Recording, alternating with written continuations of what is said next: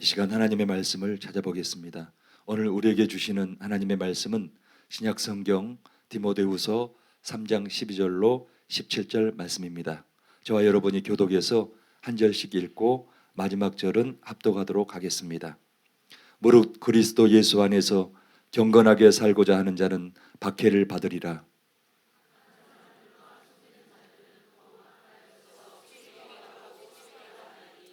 그러나 너는 배우고 확신한 일에 거하라. 너는 내가 누구에게서 배운 것을 알며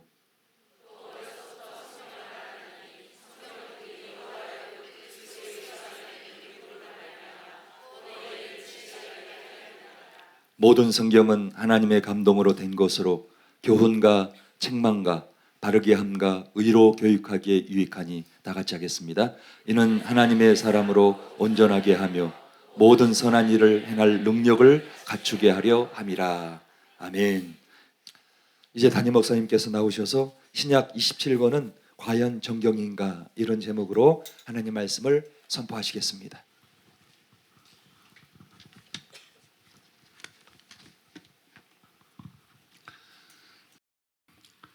신간이 하나 나왔습니다. 당신의 자녀를 하나님의 자녀가 되게 하라. 이 책인데 제가 책이 나올 때마다 설교 전에 이렇게 홍보하지는 않는데 이거는 반드시 읽어야 될 가치가 있는 책이라서 아마 다음번에 나올 책도 그럴 것 같아요. 근데 반드시 읽어야 될 가치가 있는 책이라서 말씀을 드리는데 가격도 쌉니다.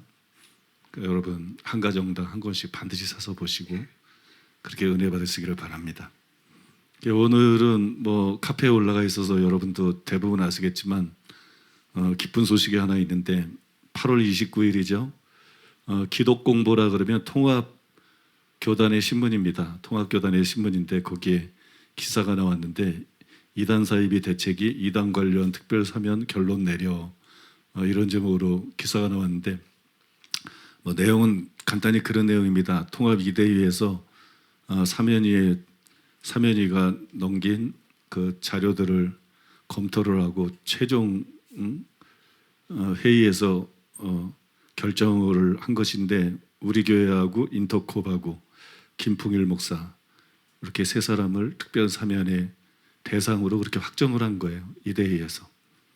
그 다음에 이틀 뒤인 8월 31일 날 뉴스엔조이에서 또 기사가 났는데 뉴스엔조이는 그 이단 사냥꾼들의 입김이 굉장히 강력한, 굉장히 비판적이고 공격적이고 그런 신문인데 거기에 변승우 인터콥 김풍일 특별사면 가닥 이런 제목으로 기사가 났어요. 그 위에 보니까 변승우 목사, 인터콥 최바울 대표, 김풍일 씨는 특별사면의 대상이 될 수 있다고 본다.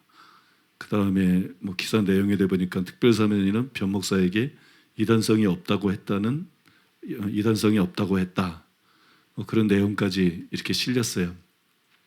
그래서 우리가 참 오랫동안 굉장히 많이 고통을 당해왔는데 이단 해제의 그런 길이 활짝 열리게 됐습니다. 아직 완결된 거는 아니지만 이게 제일 중요한 고비를 넘긴 것이기 때문에 제일 중요한 고비를 넘긴 거라서 나머지 일은 기적이 일어나지 않는 한 다 순탄하게 될 거라고 믿고요. 여기까지 우리 교회를 제일 먼저 거짓으로 이렇게 때린 데가 그 교단이기 때문에 여러분 여기까지 왔다는 것만 해도 정말 그 양식이 있는 사람이라면 이 교회가 그렇게 음해를 당한 교회구나, 문제 있는 교회가 아니구나 그거를 알 거고, 모르고 싶은 사람은 예수님이 직접 말씀해도 모를 거고 아무튼 굉장히 좋은 일이라서 여러분들에게 알려드리고 총회장님을 위해서 기도해 주시기 바랍니다. 총회장님이 압력에 굴하지 않고 끝까지 사실 그대로 선포해서 마무리 지을 수 있도록 그렇게 총회장님을 위해서 여러분이 꼭 계속 기도를 해 주시기 바랍니다.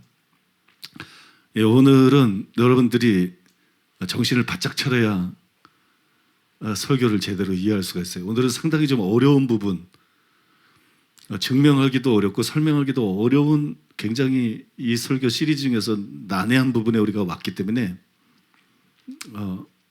잘 들으셔야 되고 근데 또 정신 바짝 차리고 들으면 또 이해할 수 있는 그런 내용들이고, 혹 뭐 이해가 못 되는 게 있으면 책으로 나올 거니까, 또 카페 영상도 올라갈 거니까 다시 반복해서 들어보면 다 충분히 이해할 수 있는 부분이기 때문에 오늘 여러분 정신을 바짝 차리고 듣되 그렇다고 또 너무 경직될 필요는 없고 편안한 마음으로 들으시고 은혜 받으시기를 바랍니다. 네, 오늘은 신약 27권은 과연 절대적인 권위를 가진 정경인가, 이런 문제에 대해서 여러분과 함께 나누기를 원합니다. 구약 39권이 정경이라는 걸 증명하는 거, 이거는 그렇게 어려운 일은 아니었어요. 그러나 신약 27권이 정경이라는 걸 증명하는 거, 이건 굉장히 어려운 일입니다. 왜 구약과 달리 신약이 정경인 걸 증명하는 게 어려우냐? 크게 두 가지 이유가 있어요. 첫 번째 이유는 유대교와 기독교는 다릅니다. 유대교는 유대민족에게서 시작된 종교잖아요. 그러니까 예루살렘이라는 중심지가 있다고요. 그러나 기독교는 세계 만민을 위한 종교예요. 그러니까 예루살렘 같은 어떤 중심지가 없어요. 사내들인 같은 것도 없고, 그런 의결기관도 따로 딱 있는 게 아니고 없죠. 세계 만민을 위한 종교예요. 그래서 영감받은 책들을 수집하고 한 장소에 모을 수 있는 그런 구별된 도시나 장소가 없었어요. 때문에 사도들이 기록한 글이 완전히 채택되기까지 거의 300년이 걸렸습니다. 약 300년이 걸렸는데 367년에 아타나시우스가 부활절 서신 때 그 서신에서 성경의 정경의 목록들을 발표를 했는데 그게 교회의 최초의 공식적인 결정이었어요. 그러니까 약 300년이 걸렸습니다. 다음으로 이게 어려운 이유는 신약 정경은 구약과는 달리 책이 기록되고 난 다음에 그 책들을 정경으로 확증해줄 권위자들이 없었어요. 이게 정경이다. 신약 성경이 뭐 사복음서는 복음서, 바울서신은 바울서신, 이게 정경이다. 이걸 확증해줄 권위자들이 후대에 없었어요. 그것 때문에 이게 굉장히 어려워지는 문제인데 리차드 개피는 솔직하게 이렇게 인정을 했습니다. 왜 교회는 이 27권의 책만 받아들이고 나머지는 받아들이지 않는가? 지금은 알려지지 않고 있지만 정경 속에 포함될 만한 책이 없다고 어떻게 장담하겠는가? 반대로 포함되어서는 안 될 책이 정경 속에 들어갔는지 어떻게 알 수 있는가? 이러한 문제에 관해서는 구약이 신약과는 판이하게 다르다. 구약 전체의 정경으로서의 위치는 예수님의 영감된 권위와 신약 저자들과 1세기 말 유대주의에 의해 확고한 기반을 지니고 있다. 그러나 신약은 그런 후속적인 영감이나 편집된 문서나 그 문서의 정경성에 관한 권위 있는 증거가 결여되어 있다. 초대교회의 실제적 정경 형성 과정을 살펴보면 이러한 문제들이 심각하고 심지어 비통한 감정까지 불러일으킨다. 비통할 정도다. 이렇게 학자가 탄식을 하고 있는데 여러분들이 배워서 아시겠지만 2시간 전에 배운 거예요. 구약 39권은 과연 신뢰할 수 있는 정경인가, 그거 설명할 때 배운 건데, 구약 성경의 경우에는 유대교가 있잖아요. 유대교의 경전으로 구약 39권을 인정했죠. 그 이야기가 받아들이기가 쉽죠. 그 다음에 결정적으로 예수님이 오셔서 구약 성경을 인정하셨죠. 그 다음에 그 뒤를 이어서 바울을 비롯해가지고 사도들이 구약 성경이 정경이라는 걸 인정했어요. 이렇게 권위 있는 분들이 뒤에서 딱딱 받쳐줬기 때문에 우리가 그분들의 판단을 신뢰하고 구약 성경을 받아들일 수 있어요. 그래서 제가 그런 점들을 통해 가지고 구약 39권이 정경이다, 그걸 증명하고 여러분들에게 설명을 해드렸습니다. 그러나 신약 성경이 완성된 후에도 그런 권위를 가진 사람이 없어요. 12제자나 바울이나 이런 사람들이 죽고 난 다음에 이들이 쓴 글에 대해서 누가 말하면 그렇구나, 우리가 따를 수 있는 예수님 같은 혹은 사도들 같은 그런 권위를 가진 분이 없죠. 물론 교부들이 있습니다. 사도시대 이후에 이제 교부들이 지도자들이었는데, 그러나 교부들은 다르죠. 격이 다르죠. 사도들은 구약의 선지자에 비견할 수 있는 그런 권위 있는 존재들이었어요. 그러나 교부들은 그렇지 않습니다. 교부들의 권위는 사도들에 비해서 현격하게 떨어져요. 그래서 교부들이나 아니면 이제 그 다음에 상대적으로 훨씬 취약한 권위를 가지고 있는 학자들, 신학자들 또는 목회자들, 이런 사람들의 결정에 달린 것처럼 보인다.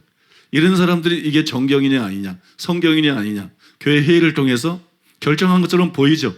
예면성으로 그렇게 보입니다.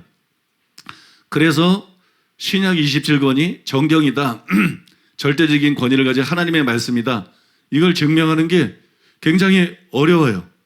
그렇다면 신약 성경은 구약 성경과 달리 정경이라는 걸 증명하는 게 불가능하냐? 불가능하지는 않습니다. 불가능하지는 않은데 쉽지 않아요. 어려워요. 설명도 구약의 정경성을 설명할 때보다는 훨씬 더 깊이 들어가야 되고 좀 어렵습니다. 오늘은 이제 그 작업을 함께 하려고 하는데 여러분들이 잘 듣고 계셔요. 일부 예배 때에도 상당히 어려운 얘기를 하고 있는데 잘 들으시더라고요. 두 사람이 나갔어요. 참다 두 사람이 나가긴 했지만 잘 들으시더라고. 예, 오늘도 여러분들이 그렇게 반응해 줄 거라고 믿고 한 사람이라도 나가기만 해봐라. 이제 예배 시간에 나가는 사람은 조사해야 돼. 출입 금지시켜. 그렇게 시간을 가져보겠습니다. 5가지로 말씀드리는데 너무 어려운 얘기를 오랫동안 하면 머리에 쥐가 날 수 있어요. 그래서 일부 예배 때 5가지 중에 4가지만 말씀을 드렸어요. 4가지만 오늘 말씀을 드리겠습니다. 첫 번째로 따라해 보겠습니다. 사도직의 목적. 사도들과 정경의 관계는 아주 밀접합니다. 불가분의 관계예요. 신약의 정경을 확정하는 일에 있어서 또 어떤 책을 정경에서 배제해야 되는가, 심의 대상에 오른 책들 가운데 어떤 책을 빼야 되는가, 이런 거를 결정할 때 가장 우선적인 기준이 뭐냐 그러면 사도적 권위의 여부였어요. 그 책이 사도적인 권위가 있는 책이냐, 이게 가장 중요한 시금석이었어요. 이 책이 사도에 의해서 쓰여졌는가, 그걸 관심 가지고 지켜봤어요. 혹은 사도가 아니라 사도 주변의 사람들이 썼다면, 누가라든지 뭐 이런 거 있잖아요. 사도 주변의 사람들이 썼다면 사도의 가르침을 대변한다는 사도의 승인이 들어있는가, 사도들이 이 책을 인정했는가. 사도가 쓰지 않았어도 사도들이 인정했으면 그 책에 문제가 없는 거니까, 사도를 통해서 검증이 된 거니까 사도들의 승인이 들어있느냐, 이걸 굉장히 중요하게 봤습니다.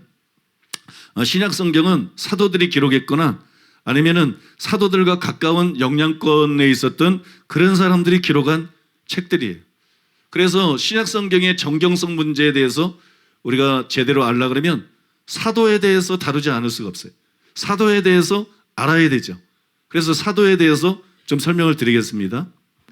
누가복음 6장 12절로 13절. 이때 예수께서 기도하시러 산으로 가사 밤이 새도록 하나님께 기도하시고 발금해 그 제자들을 부르사 그 중에서 12를 택하여 사도라 칭하셨으니. 여러분, 이 구절은 사도직의 기원을 보여줍니다.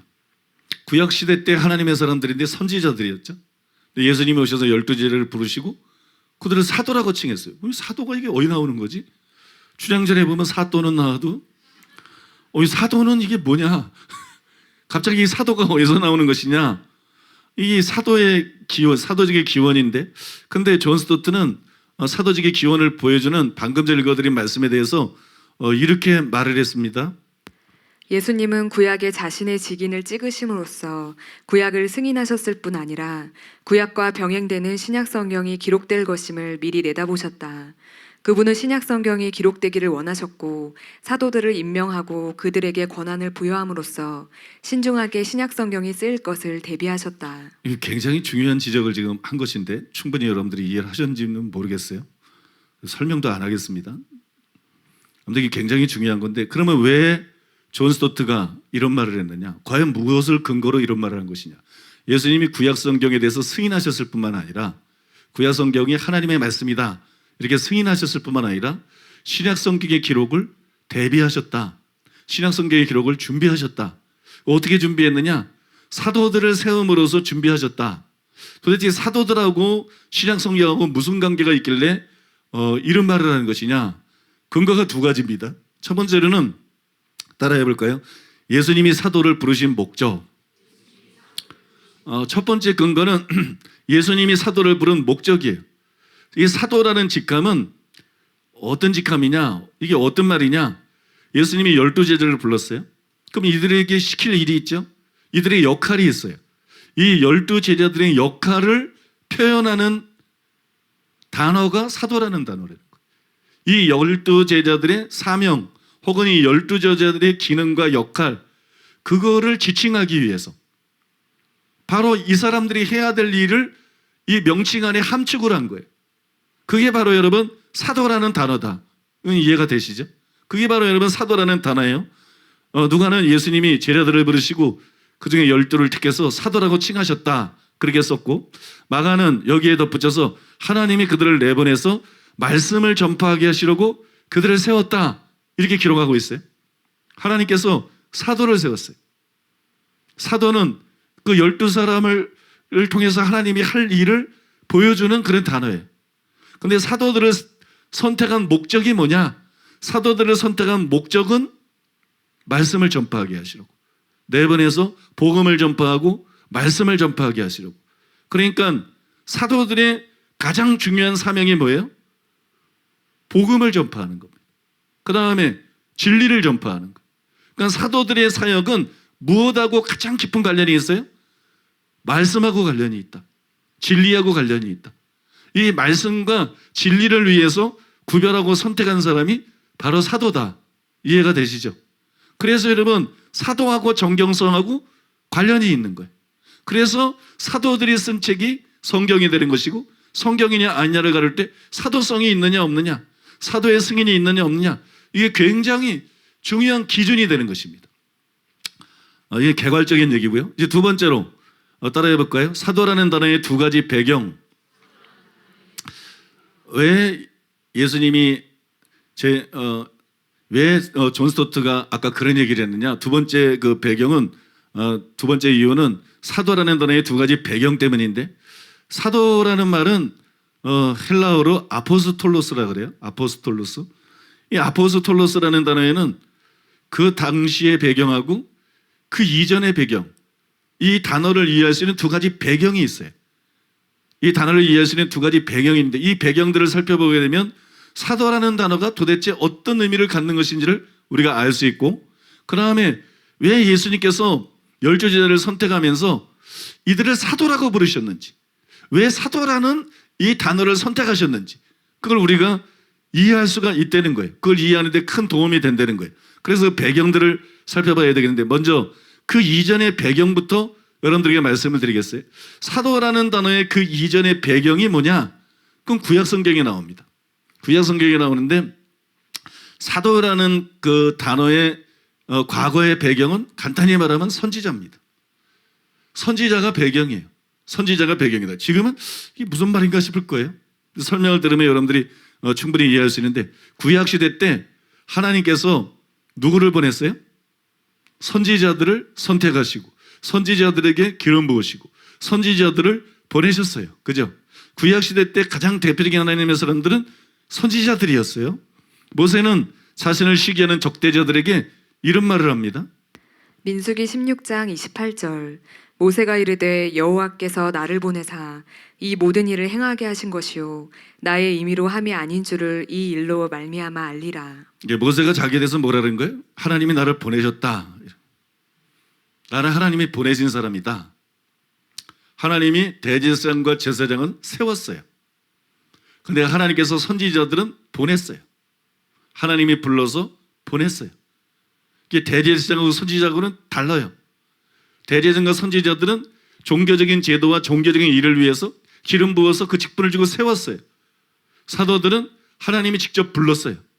하나님이 개인적으로 직접 불러가지고, 이거는 혈통을 따라 되는 거지만 대제사장은, 제사장들은 하나님이 개인적으로 특별히 선택하고 불러가지고 하나님께서 기름 부으셔서 이스라엘 백성들에게 보내셨어요. 여러분, 이사야는 하나님께서 그에게 묻죠. 내가 누구를 보내며, 누가 우리를 위하여 갈고, 똑같은 얘기, 보내며 갈고. 근데 이사야가 뭐라고 대답합니까? 내가 여기 있나이다. 나를 보내소서. 나를 보내소서. 또 예레미야 선지자는 어때요? 예레미야 선지자에게 하나님이 뭐라 그러냐면은 내가 너를 누구에게 보내든지 너는 그에게로 가고. 그죠?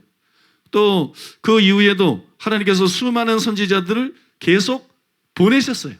선지자라는 말은 항상 보내셨다는 말이 나와요. 하나님이 수많은 선지자들을 계속 보내셨어요. 예레미야 35장 15절 내가 내 종 모든 선지자를 너희에게 보내고 끊임없이 보내며 이르기를 너희는 이제 각기 악한 길에서 돌이켜 행위를 고치고 다른 신을 따라 거기까지 읽어도 될 것 같아요. 중요한 게 앞부분이니까. 내가 내 종 모든 선지자를 너희에게 보내고 끊임없이 보내며. 여기 보낸다는 말이 계속 나오잖아요. 선지자들에 대해서 하나님이 보낸다 이런 말이 계속 나오는데 이 보내다라는 단어가 무슨 뜻이냐? 파견한다는 거죠. 파송한다는 거죠. 근데 단순히 그걸 뜻하는 게 아니라는 거예요. 하나님께서 선지자들을 보냈다 그럴 때 이 말씀의 의미는 선지자의 역할을 맡아서 하나님의 말씀을 이스라엘 백성들에게 전파해라. 하나님의 말씀을 이스라엘 백성들에게 선포하라. 이런 구체적인 위임이에요. 그러니까 보낸다 그러는 것은 뭘 가지고 보내는 건데 하나님의 말씀을 주어서 보내는 거예요. 이 보냄받은 자의 사명은 자기의 길을 하는 게 아니에요. 선지자에게 성령의 기름 받아서 주 여호와께서 말씀하시기를 하나님의 말씀이 순전한 그 진리의 말씀이 임하는 거예요. 그걸 나르는 거예요. 그걸 이스라엘 백성들에게 선포하는 거예요. 이게 보냈다라는 말의 의미예요. 그렇기 때문에 12제자에게 예수님이 12제자를 선택한 건 뭐라면 사도다. 근데 사도는 아포스톨로스, 보냈다는 뜻이에요. 보냈다. 그래서 사도의 배경이 선지자라는 거예요. 그러니까 사도가 아포스톨로스 보냈다는 뜻인데 그러면 사도는 어떤 존재냐? 구약으로 따지면 선지자와 같은 존재다. 선지자들이 하나님께서 특별히 선택하고 기름 부어서 하나님의 말씀을 주어가지고 그걸 백성들에게 선포했던 것처럼 사도들은 신약시대에 바로 그와 같은 역할을 하는 사람이다. 믿습니까? 그와 같은 역할을 하는 사람이다. 그러니까는 신약의 사도들은 구약의 선지자들과 동일하게 하나님의 계시를 전달하는 통로라는 거예요. 그게 여러분 사도를 뜻하는 거예요. 하나님의 계시를 전달하는 통로다. 그래서 사도들은 예수님의 이름으로 말하고 예수님의 말씀을 다른 사람들에게 전하는 사명을 가진 사람이 바로 여러분 사도였어요. 그래서 그들이 교회의 터가 된 거예요. 에베소 2장 20절 것처럼 교회의 터가 된 거예요. 그들이 하나님께 받은 예수님께 받은 복음과 진리들을 전하는데 여기에 기초해서 교회가 세워져야 되는 거예요. 신자들이 믿는데 여기에 기초해서 믿어야 되는 거예요. 목사들이 설교하는데 여기에 기초해서 설교해야 되는 거예요. 사역을 하는데 여기에 기초해서 사역을 해야 되는 거예요. 이게 교회의 터가 된 거예요. 이해가 되십니까? 바로 그런 사명을 맡은 사람들이 사도다. 또 하나의 배경은요, 그 당시의 배경인데 이거는 조금 전에 설명한 그 이전의 배경이고 그 당시의 배경인데 연구에 따르면 아포스톨로스라는 단어는 사도라는 말에 헬라어라 그랬어요. 그런데 아람어가 있어요. 아람어로 어떤 단어가 있냐면 샬리아치라는 단어가 있어요. 이게 사도라는 말하고 동의어예요. 아람어 샬리아치. 이게 사도라는 말하고 동의해요. 그럼 샬리아치가 뭘 뜻하는 거냐? 유대인들이 유대 나라에만 산 게 아니죠. 여기저기 흩어져 살았죠. 그래서 유대 사내들인에서 샬리아치들을 유대교의 교리나 전통을 가르치고 전하기 위해서 파견한 교사가 샬리아치예요. 그러니까 유대교에서 보냄을 받은 사람, 유대교의 정통적인 어떤 교리라든지 전통을 가르치기 위해서 권위를 주어가지고 보낸 사람, 이게 샬리아치예요. 그러니까 샬리아치는 어떤 권한을 갖고 있느냐? 유대교의 사내들인을 대변하는 거예요.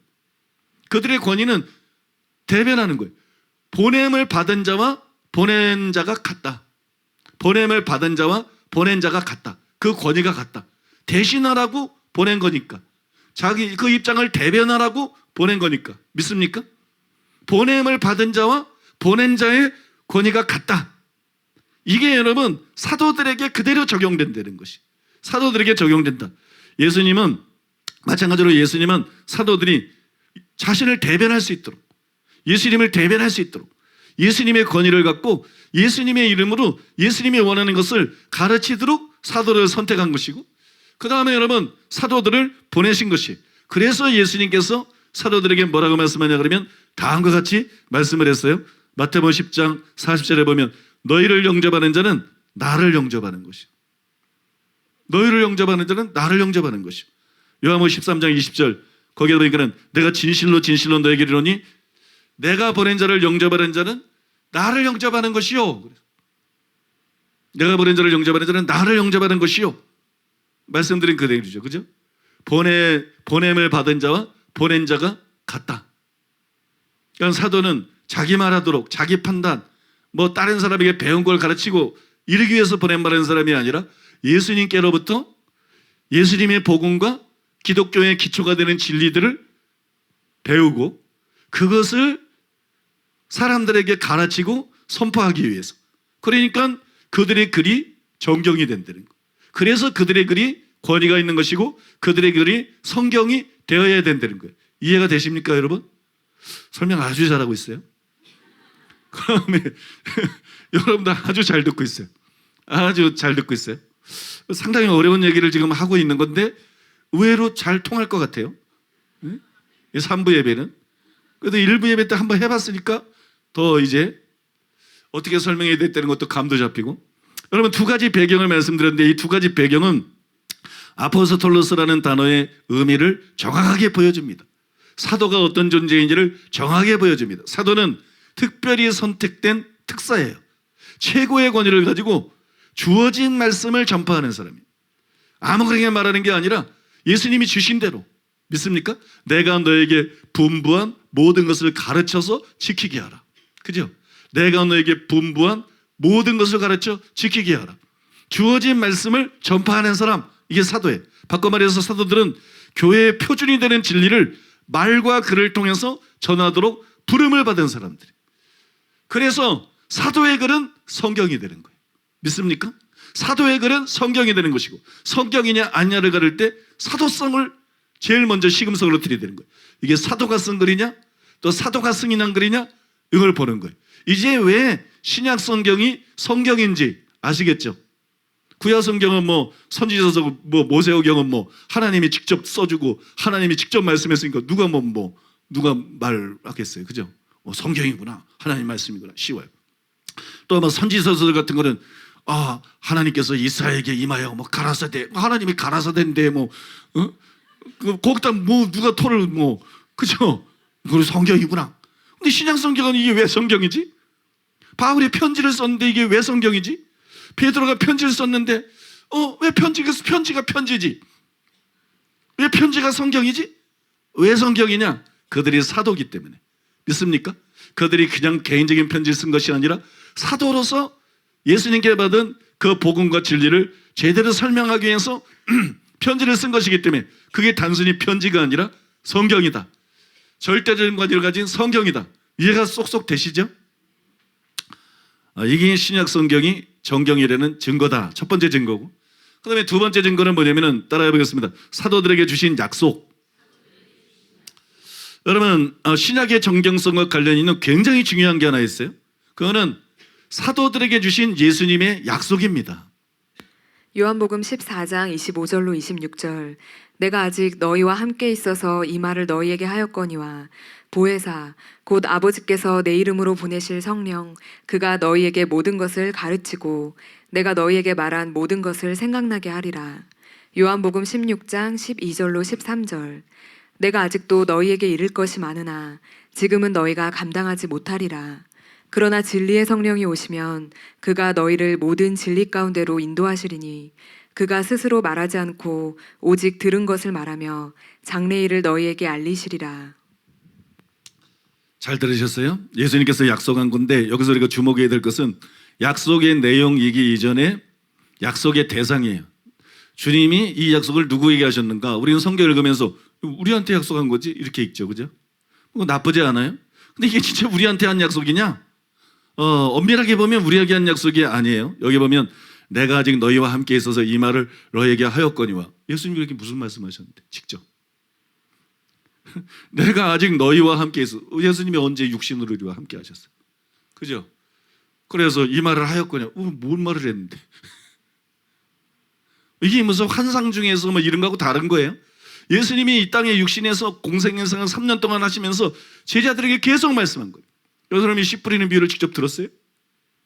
그 사도들이 들은 걸 기록해놔서 우리가 아는 거지. 예?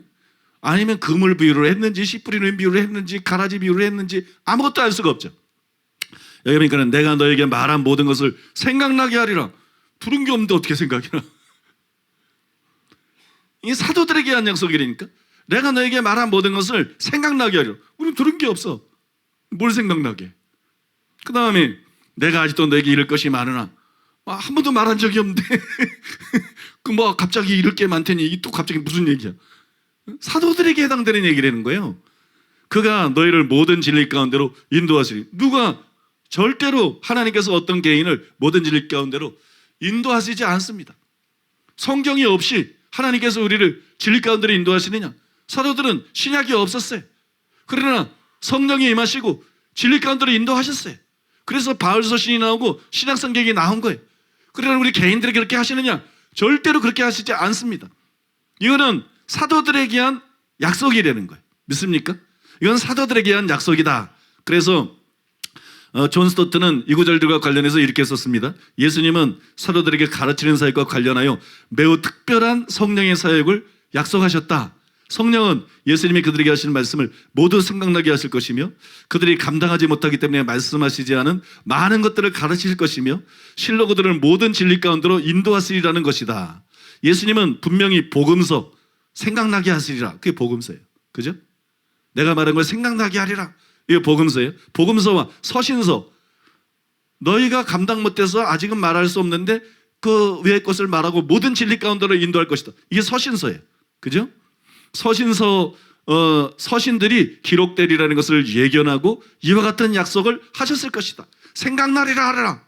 이건 복음서를 예견하면서 그 말씀을 한 거예요. 앞으로 복음서가 쓰여질 걸 예견하면서 그 말씀을 하신 것이고 아직 너희에게 이룰 것이 많은데 말 못하는 너희가 감당하지 못해서 말을 못하는데 그걸 알려줄 것이고 모든 진리 가운데로 인도하실 것이다. 이 말씀하실 때는 서신서를 내다보고 이 말씀을 하신 거예요. 이런 식으로 예수님은 의도적으로 신약의 기록을 준비하셨다. 예수님이 단순히 구약만 승인한 게 아니에요.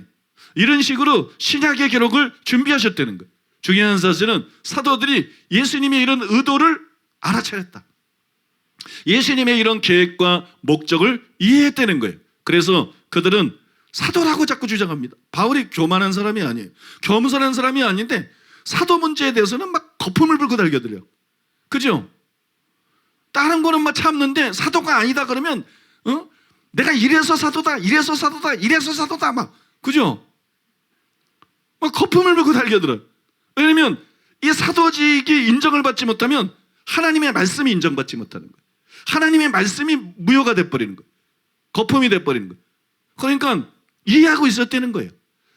베드로나 사도들이나 바울은 자신을 어떻게 불렀는지 자신들에게 어떤 특별한 지위를 주셨는지 그걸 이해하고 있었어요. 그래서 자신들에게 부여된 권위를 행사하고 교회도 이 사실을 인정하기를 기대했다. 개인이 인정받기 위해서가 아니라 그래야 진리가 진리되기 때문에 하나님의 말씀이 하나님 말씀이 되기 때문에.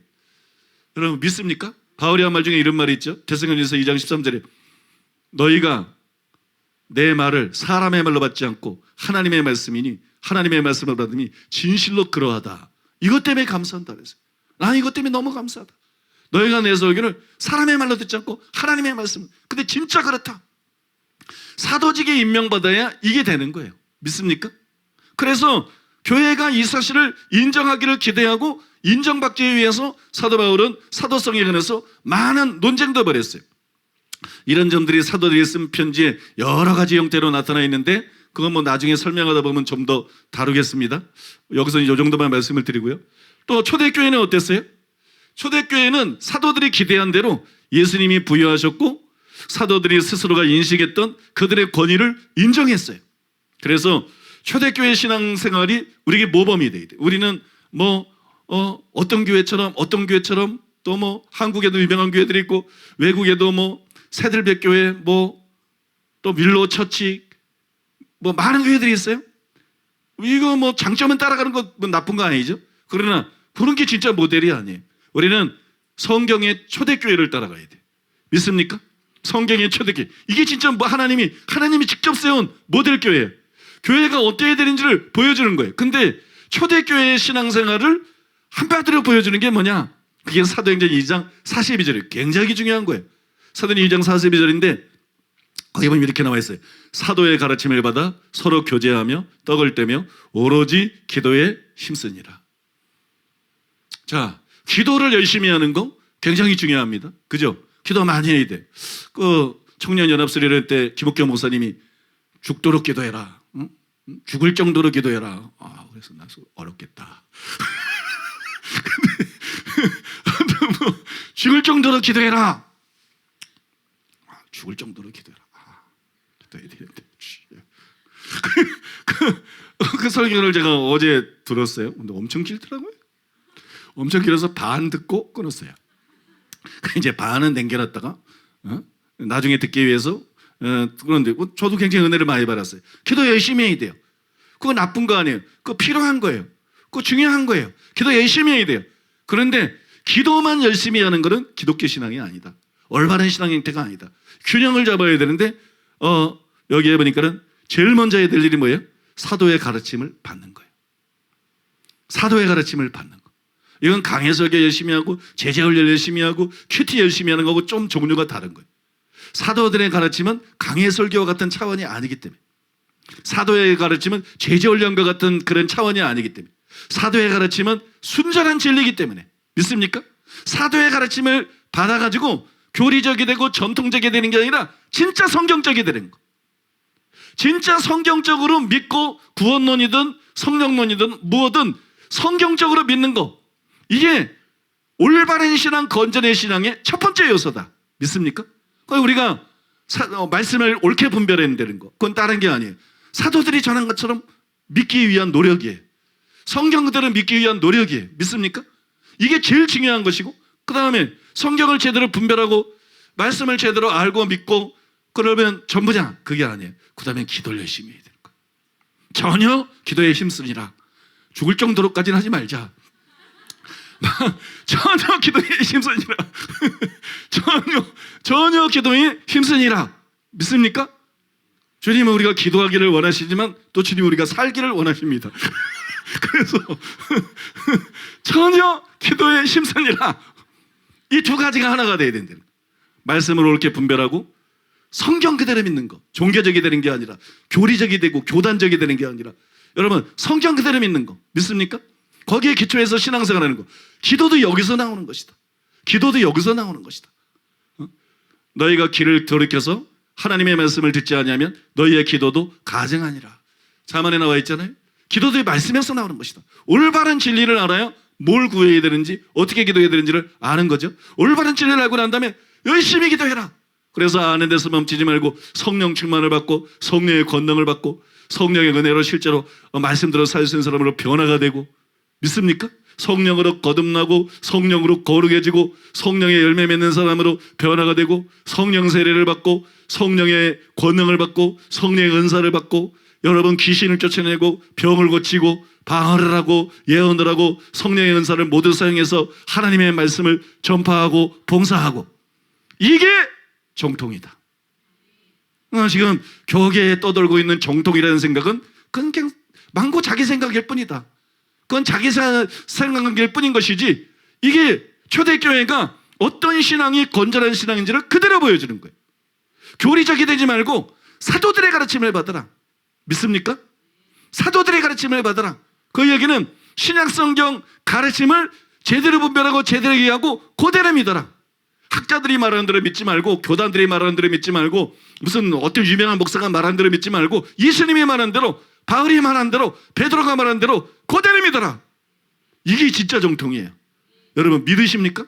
이게 진짜 정통이고, 그 다음에 여기서 마무리하면서 강해설교하고 제자훈련하고 이게 약간 다른 거지만 어떤 면에서 말씀을 바르게 해서 노력은 열심히 하면서 그러면서 기도는 별로 안 하고 또 성령 세례는 별로 인정 안 하고 사모하지도 않고 방언하면 왜 저러나 싶고 그 다음에 막 예언하면 이단지 것처럼 막 생각하고 또 뭐 병 고치거나 귀신 쫓는 거 뭐 별로 안 좋아하고, 이거 바른 게 아니다. 믿습니까? 예수님 이름으로 말하지만 이거 절대로 바른 게 아니다. 이거 절대로 바른 게 아니다. 여러분 이 말씀 들으니까 분별이 확 되지 않아요? 이게 바른 거 아니다. 성경대로 성령 세례 받고 방언기도 열심히 하고 예언도 하고 병도 고치고 귀신도 쫓고 성령의 모든 은사를 사역해서 섬기고 복음 전파하고 이것이 여러분 진짜 정통의 모습인 줄로 믿습니다. 맞죠? 이게 여러분 진짜 정통 교회고 이것이 여러분 진짜 정통적인 신앙인 거예요. 아무튼 이게 초대교회 성도들의 신앙 행태였다. 사도의 가르침을 받아서 그 가르침을 따라 신앙생활을 하는 거. 그러니까 초대교회 성도들은 사도들에게 주어져 있는 특별한 권위를 인정했다는 거죠. 그걸 전적으로 인정했다는 거예요. 초대교회뿐만이 아니에요. 여러분 사도시대 이후에 교부들도 예가 아니에요. 사도시대 이후에 교회 지도자들을 가리켜 교부들이라 그러는데 사도들이 죽었어요? 나이가 들어 죽고 뭐 대부분 순교당했어요. 대부분 순교당해서 죽었어요. 그러니까 이제 그 다음 세대 사람 또 그 다음 세대 사람들이 일어나서 그 중에서 이제 저 교회 지도자들이 됩니다. 그럼 어떻게 생각하겠어요? 그때는 사도들이 지도자고 지금은 우리가 지도자고 동등시 여기지 않겠어요? 자연스럽게. 그런데 교부들은 사도들과 자신들을 전혀 동등시 여기지 않았다. 사도들이 죽었는데도 동등시 여기지 않았다. 내가 죽고 난 다음에 또 내가 나이 들고 난 다음에 젊은 목사들이 공부 잘하는 사람도 많아요. 난 못했는데 공부 잘하는 사람도 많고 나보다 잘생긴 사람도 많아요. 그리고 인격도 훌륭하고 뭐 기름 부음이나 은사도 많아요. 그런 사람 중에 이제 최고의 사람이 후임 목사가 돼. 그래서 막 교회가 지금보다 막 더 부흥하고 그러면 야, 변 목사도 좋았지만 내가 더 훌륭하다. 그렇게 생각할 수도 있어요. 그 다음에 그게 사실일 수도 있죠. 얼마든지 사실일 수도 있죠. 그런데 교부들이 그렇지 않았다. 후임 목사 보고 그러지 말라는 건 아니야. 제발 그래. 제발 7배나 제발 좀 그래. 안 그러면 죽을 줄 알아. 제발 그래. 근데 교부들은 그렇지 않았다는 거예요. 교부들은 그렇지 않았다. 교부들은 사도들을 완전히 인정하고 자기와 사도들은 비교할 수 없는 상대로 생각을 했다는 거예요. 이게 굉장히 독특한 거 아니에요? 몇 가지 예를 들어보면 1세기 말에 로마의 클레멘트는 고린도 교인들에게 이렇게 썼어요. 사도들은 우리들을 위하여 예수 그리스도께 복음을 받았습니다. 그리고 예수 그리스도는 하나님이 보낸 분입니다. 따라서 그리스도는 하나님으로부터 오신 분이고 사도들은 예수님으로부터 온 분들입니다. 그리스도는 하나님께로부터 온 메시아고 하나님이 보낸, 그죠? 그 다음에 사도들은 예수님이 보낸 사람이고, 그럼 자기들은 예수님이 보낸 사도들이 전한 복음과 진리를 설명하고 가르치는 사람이고 격이 다르다는 거예요. 믿습니까? 그 차이를 분명히 알고 있어야 돼요. 또 2세기 초에 안디옥의 주교인 이그나티우스는 로마 교인들에게 이렇게 썼어요. 나는 베드로와 바울처럼 여러분에게 계명을 내리지 않았습니다. 그들은 사도들이었지만 나는 책망받아야 될 사람일 뿐입니다. 베드로와 바울은 계명을 내렸어요. 십계명을 내렸다는 얘기가 아니라 이렇게 해라, 이렇게 해라, 명령도 하고 이런 거 하지 말라. 서신들을 보세요. 이렇게 해야 된다. 거기 다른 데 안 나와 있어요. 그 예수님이 하신 말씀에도 안 나와 있어요. 그죠? 근데 이렇게 해야 된다. 이렇게 하면 안 된다. 계명을 내렸어요. 왜? 사도기 때문에 성령의 감동 중에 그게 가능했어요. 그러나 교부들은 그럴 수 없어요. 또 목사들도, 저 같은 목사들도 그럴 수 없어요. 우리에게는 그런 권위가 없어요. 우리는 성경을 해석할 뿐이에요. 성경을 해석하고 풀이하고 설명하고 가르치고 성령의 감동으로 가마르게 가르쳐서 성도들이 그걸 깨닫고 지키게 할 뿐이지, 우리가 베드로나 바울처럼 이건 이렇게 해야 된다, 저건 저렇게 해야 된다, 마음대로 정해줄 권한이 없다는 거예요. 차원이 다르다는 거예요. 그죠? 그 다음에 주 200년계 북아프리카의 테르툴리아누스. 그게 테르툴리아누스? 나 못 들었는데. 나 교부 이름 중에 테르툴리아누스가 다 있어. 지금의 이제 일부 때 이게 발음을 해서 이게 테르툴리아누스인데 앞에는 일부 때는 이게 뭐 발음도 잘 안 되더라고. 테르툴리아누스. 터툴리안이라 그러대. 왜 터툴리안을 테르툴리아누스 그래?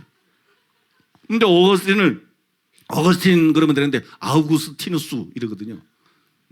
아우구스티누스의 은혜론, 제가 오래전에 그 책도 읽었는데 아우구스티누스의 은혜론 그래. 아우구스티누스는 누구야? 그러니까 어거스틴이더라고. 테르티안 그러면 교부 중에 테르티안 금방 알아먹을 텐데 테르툴리아누스. 터툴리안입니다. 터툴리안은 이렇게 말했어요.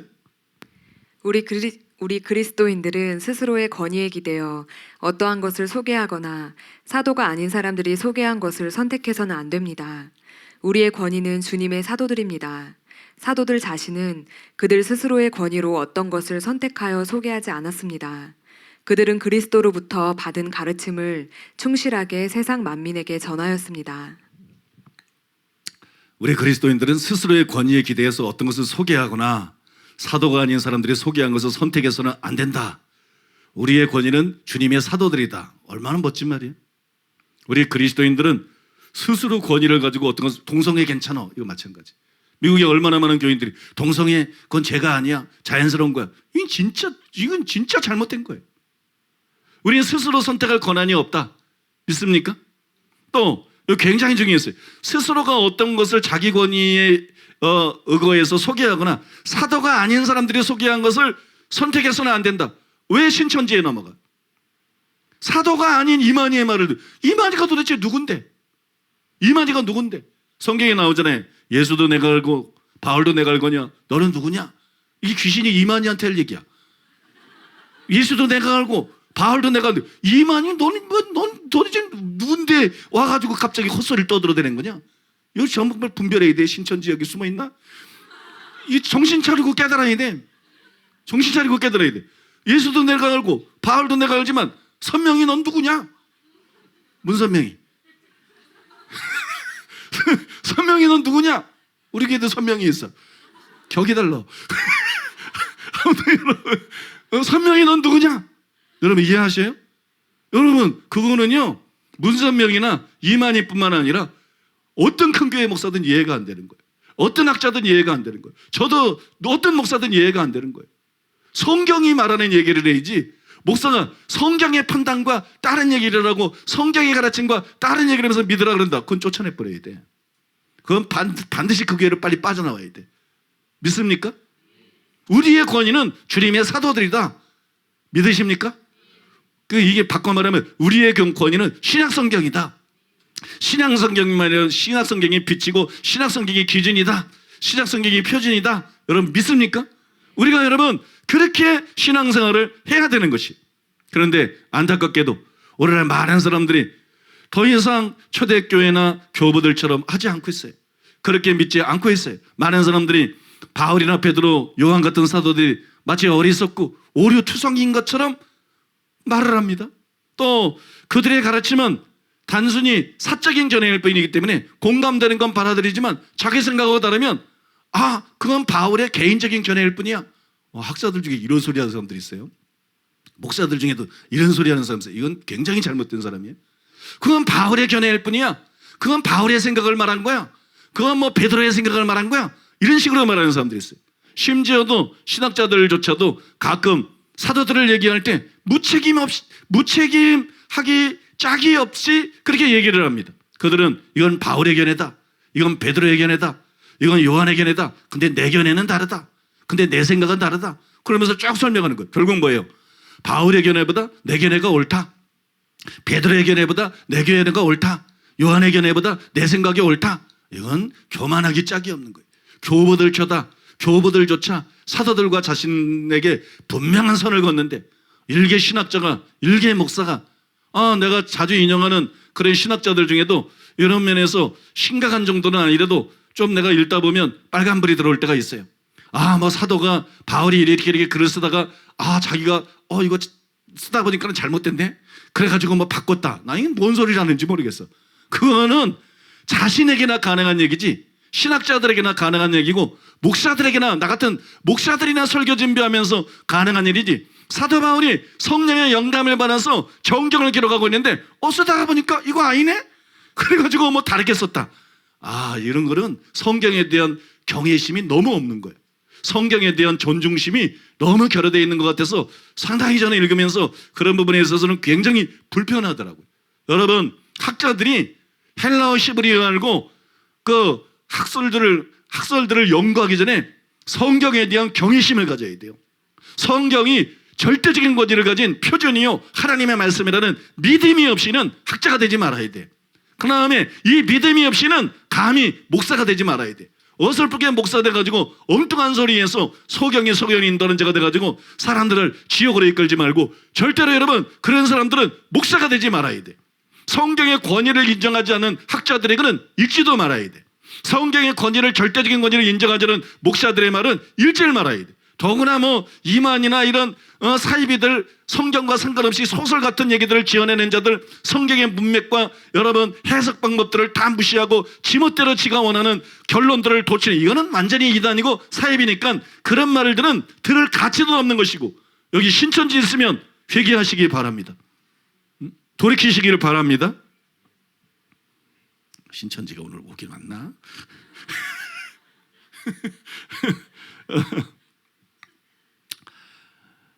여러분, 이건 바울의 견해고 내 견해가 더 낫다, 내 생각이 더 낫다, 이건 완전히 착각입니다. 왜 착각이냐? 사도들의 가르침은 그리스도의 가르침입니다. 그게 사도야. 그게 사도를 부른 목적이야. 너희를 영접하는 것은 나를 영접하는 것이다. 믿습니까? 사도들의 가르침은 그리스도의 가르침입니다. 그것을 받아들이는 것은 그리스도를 받아들이는 것이고, 그걸 거절하는 것은 그리스도를 거절하는 것입니다. 그걸 아셔야 돼. 여러분 정말 그걸 아셔야 돼. 절대로 이걸 잊지 말아야 돼. 신학자들이 절대로 이걸 잊지 말아야 돼. 우리 목사들도 절대로 이걸 잊지 말아야 되고, 신자들도 절대로 이걸 잊지 말고, 그래서 사도들의 길, 신약 성경을 기준으로 모든 학자들과 모든 목사들, 단임 목사도 예외가 아니고 모든 목사들의 설교를 분별하고, 믿습니까? 성경대로 설교하지 않으면 떠나고 성경대로 설교하는 교회에 정착해가지고 제대로 신앙생활을 해야 될 줄로 믿습니다. 세 번째로 따라해 보겠습니다. 신약 성경의 자증.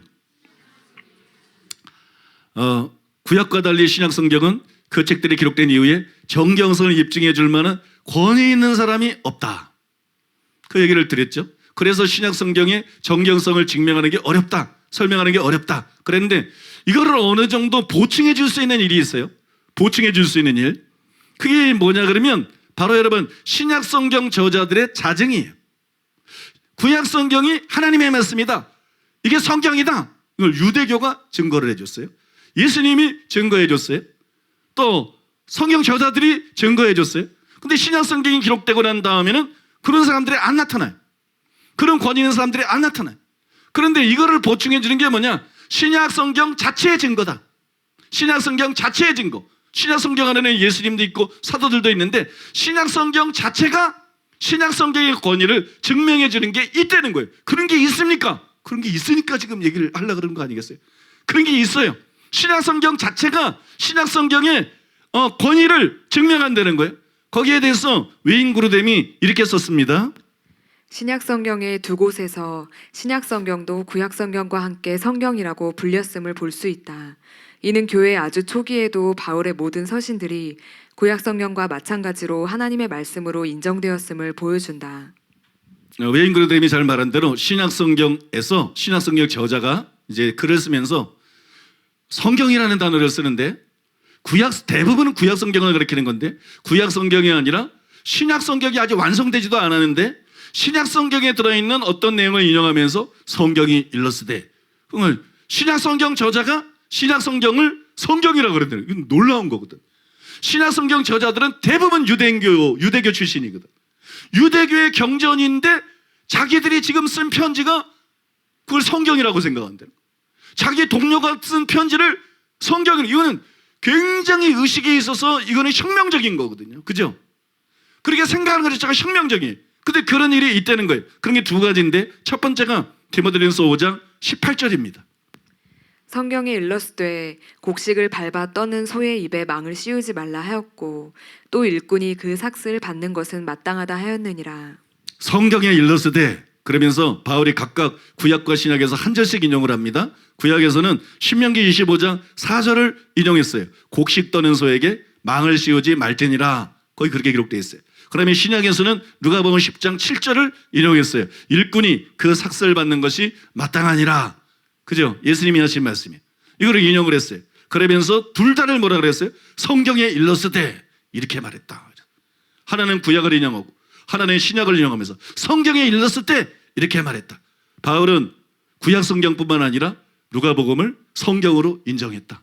믿습니까? 그 당시에 알려진 신약 성경들을, 그 당시까지 이렇게 교회에 통용되었던 신약 성경들을 성경으로 인정했다는 거예요. 이것도 어떤 말이냐, 어떤 의미가 있냐 그러면, 구약이 완성되고 난 다음에 유대교인이라면 당연히 구약 39권이 성경이지 뭐 성경이 뭐 더 있어 이렇게 생각하겠죠. 그러나 바울의 의식이 달랐다. 성령에 의해서 그가 계시를 받고 트임으로써 바울의 인식은 달랐다. 구약이 완성된 이후에 신약이라는 정경이 쓰여지고 있다는 것을 인지하고 있었다. 믿습니까? 신약이라는 정경이 기록되고 쓰여지고 있다는 것을 인지하고 있었기 때문에 누가복음을 인용하면서 성경에 일렀을 그렇게 말할 수 있었다는 것이, 믿습니까? 그러니까 이런 것들은 신약 성경 저자들에 의해서 신약 성경의 정경성이 증명되는 거죠. 두 번째는 베드로후서 3장 15절에서 16절입니다. 우리가 사랑하는 형제 바울도 그 받은 지혜대로 너희에게 이같이 썼고 또 그 모든 편지에도 이런 일에 관하여 말하였으되 그 중에 알기 어려운 것이 덜어 있으니 무식한 자들과 굳세지 못한 자들이 다른 성경과 같이 그것도 억지로 풀다가 스스로 멸망에 이르느니라. 여기서 이제 아까는 바울인데 여긴 베드로입니다. 베드로가 구약 성경과 함께 바울 서신을 성경으로 간주를 하고 있어요. 다른 성경과 같이, 그러니까 이것도 성경이라는 거야. 바울이 쓴 책들도 성경이라는 거야. 그죠? 베드로, 이건 참 놀라운 거예요. 베드로는 선배예요. 베드로는 12제자 중에 우두머리예요. 그런데 후배인 바울이 쓴 책을 갖다가 바울이 이런 책을 썼어? 그 기특하네? 뭐 좋은 책이네? 이렇게 생각한 게 아니라 그 후배인 바울이 쓴 책을 성경이다. 자기 조상들이 쓴 구약 성경과 마찬가지로 바울이 쓴 편지들이 이게 단순히 일개 편지가 아니라 성경이다. 그래서 다른 성경과 같이, 그러면서 바울의 서신들을 성경으로 인정했다는 거예요. 성경으로 인정을 했다. 이미 여러분 베드로가 인정했다는 사실은 다른 사도는 인정 안 했겠어요? 다른 성도들이 인정 안 했겠어요? 바울의 편지들이 벌써 그 당시에 성경으로 교회 안에서 존중을 받고 있었다. 성경으로 인정받고 있었다는 것을 보여주는 거예요. 바울의 저설들을 나머지 성경과 같은 범주로 지칭하는 것은 바울의 서신들이 정경이라는 것을 인정한 것이죠. 바울 서신이 구약 성경과 어깨를 나란히 하는 성경이라는 것을 이 구절이 분명하게 보여주고 있는 거예요. 제가 두 가지를 지금 성경에서 말씀을 드렸는데 이 두 가지가 의미하는 것이 무엇입니까? 싱클레어 퍼커스는 이 두 가지가 의미하는 것을 다음과 같이 잘 정리를 했어요. 신약의 일부 자료들은 자신의 정경성뿐 아니라 정경적 지위를 공유하는 문헌층의 존재를 시사한다. 이 상호 추천은 신약의 표면에 살짝 드러날 뿐이지만 바로 그러한 표면 노출은 하나님이 새로운 복음 시대에 새로운 정경을 주고 계시다는 광범위한 교회적 의식이 있었다는 신념을 정당화시켜주는 것이다. 여러분 이 두 가지 구절이 누가복음을 빌립보서, 누가보서, 아무튼 여러분 누가복음을 성경으로 인정하고 있고 바울 서신을 성경으로 인정하고 있어요. 그러나 성경의 모든 각권을 성경으로 인정하고 있는 건 아니죠, 아직까지. 그런데 여기서 우리가 얻을 수 있는 결론 중에 하나가 뭐냐? 그거는 구약 성경이 기록이 되고 400년간의 공백기가 있고 그 다음에 예수님이 오신 이후에 이제 신약시대 복음시대에 하나님께서 새로운 성경을 기록하고 계신다. 새로운 정경을 기록하고 계시고 새로운 정경을 주시고 계신다는 것을 사도들이 알고 있었다. 믿습니까? 초대교회가 알고 있었다. 그건 분명히 보여주는 거죠. 그 다음에 이거는 확실한 거고 이건 100% 확실한 문제고 그거를 의미하고 있는 것이고 이 두 구절에서 나온 것이 그걸 의미하고 있는 것이고 또 하나 이거는 그것만큼 확실하진 않아요. 그러나 우리가 이 베드로의 진술을 통해서 추정해 볼 수 있는 사실이 하나 있어요. 그것이 알고 싶다. 추정 60분. 여러분 추정해 볼 수 있는 게 하나 있는데 그거는 우리는 성경의 자증을 보여주는 이 구절을 통해서 단순히 복음서나 바울 서신만 정경이 아니라 그 외의 신약 성경도 정경이라는 사실을 얼핏 볼 수가 있다. 베드로의 글에서 그 사실을 얼핏 볼 수가 있어요. 왜 제가 이런 말씀을 드리냐 그러면 싱클레어 퍼커슨이 아까 인용해드린 베드로후서 3장 16절에 대해서 이렇게 썼어요. 베드로가 나머지 성경이라고 하면서 다른 사도들의 저작물들을 염두에 두었을지도 모른다. 이미 충분히 살핀 바와 같이 신약 문헌에는 정경의식이 팽배해 있기 때문에 앞의 추측은 가능성의 차원을 넘어 개연성이 있다고 볼 수 있다. 바울의 글에, 베드로의 글에 정경의식이 있어요. 성경이 쓰여지고 있다. 누가 쓴 책이 성경이다. 바울이 쓴 책이 성경이다. 또 누가가 쓴 책이 성경이다. 믿습니까? 이런 정경의식이 이미 있었어요. 그걸 성경으로 인정하고 있었어요. 그걸 성경으로 인정하고 있지 않았다 그러면 다른 성경과 같이 했을 때 구약 성경을 의미하겠지만 그걸 성경이라고 생각했을 때 다른 성경과 같이 했을 때 이 다른 성경들 안에는 구약 성경들뿐만 아니라 베드로 자신이 쓴 것도 들어갈 수 있는 것이고 요한이 쓴 것도 들어갈 수가 있는 것이고 야고보가 쓴 것도 들어갈 수가 있는 것이고 신약의 다른 책들이 들어갈 수도 있다는 거예요. 베드로가 그런 개념을 가지고 다른 성경과 같이 이런 말을 할 수 있는 거죠. 그럴 경우에 이것이 단순히 누가복음이나 바울서신뿐만 아니라 신약 성경을 전반적으로 성경으로 인정하는 기록일 수도 있다. 있습니까? 없습니까? 그럴 가능성이 충분히 있는 거죠. 그런 개연성이 충분히 있는 것이죠. 믿습니까? 여기서는 여기까지 말씀을 드리고요. 이제 네 번째로 오늘은 네 번째까지 말씀을 드리니까 확실히 1부보다 3부 예배가 좋아요. 1부 때는 처음 설교를 하기 때문에 목소리도 좀 안 튀어요. 목소리가 좀 발동이 좀 걸려서 좀 나와요. 목소리도 좀 안 트이고 또 처음 설교를 하는 거래 가지고 자연스럽게 설교를 못해요. 열심히 읽고 오지만 소화가 한번 설교를 했던 거라는 거하고 처음 설교하는 거고 그 차이죠. 그죠? 준비를 안 하고 온다는 게 아니라 많이 읽고 열심히 하고 와요. 제가 머리가 나쁘기 때문에 또 열심히 읽고 와요. 익숙해지기 위해서. 근데 3부 예배는 1부 예배 때 한번 설교를 했기 때문에 그죠? 설교를 했기 때문에 이 설교 많이 익숙해져 있어요. 설명도 더 이해하기 쉽게 설명을 하고 또 더 재밌어요. 내가 봐도 더 재밌어요. 더 재밌고 3부 예배가 참 좋아요. 3부 예배가 참 좋은데 1부 나오든 3부 나오든 자유로하시고 이제 마지막 네 번째 원래는 5번째까지 있는데 5번째는 다음 시간에 말씀드리고 다음 시간에 미리 예고를 해두면 다음 시간에는 오늘은 이제 여러분들이 이 네 번째까지 설명을 드리면 굉장히 중요한 걸 알게 됩니다. 왜 성경이 유대교에서는 39권밖에 인정을 안 하는데 왜 유대교하고 다르게 기독교는 신약이 있는가? 그 다음에 구약의 39권이 성경인 것처럼 과연 신약의 29권이 성경이라는 증거가 있는가? 이거 네 번째까지 설명을 들으면 여러분이 확 이해가 됩니다. 거기까지 확 이해가 되고 소화가 돼요. 그 다음에 다음 시간에는 그러면 이거 구약으로 끝인 줄 알았는데 신약이 딱 나왔는데 나중에 이제 또 신약 2탄이 나올지 어떻게 하느냐, 또 다른 성경책이 나올지 어떻게 하느냐, 그 문제에 대해서 다음 시간에는 정확하게 설명해 줍니다. 정확하게. 성경은 끝났다. 그 왜 끝났는가? 왜 몰몬교는 이단일 수밖에 없는가? 왜 통일교 이단일 수밖에 없는가? 왜 안식교가 이단일 수밖에 없는가? LNG 화이스의 그런 계시들을 믿고 주장하는 안식교가 이단일 수밖에 없는가? 이런 거를 우리가 확실히 알 수 있어요. 성경은 끝났어요. 그런데 끝났다는 증거가 뭔가? 성경에 어디 끝 그렇게 써 있어?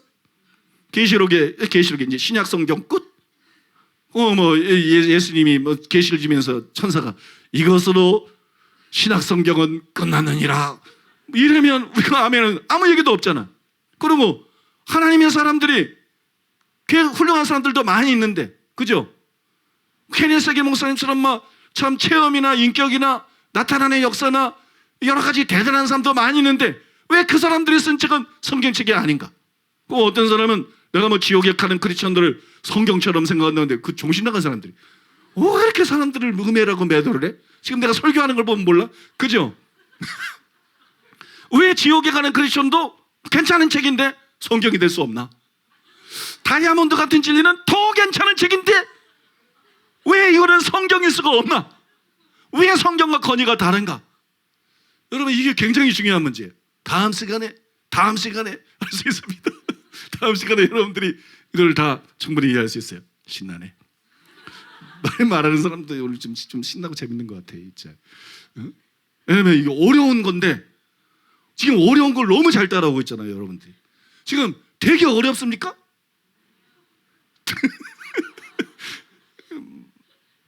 되게 어렵습니까? 안 어렵죠, 그죠?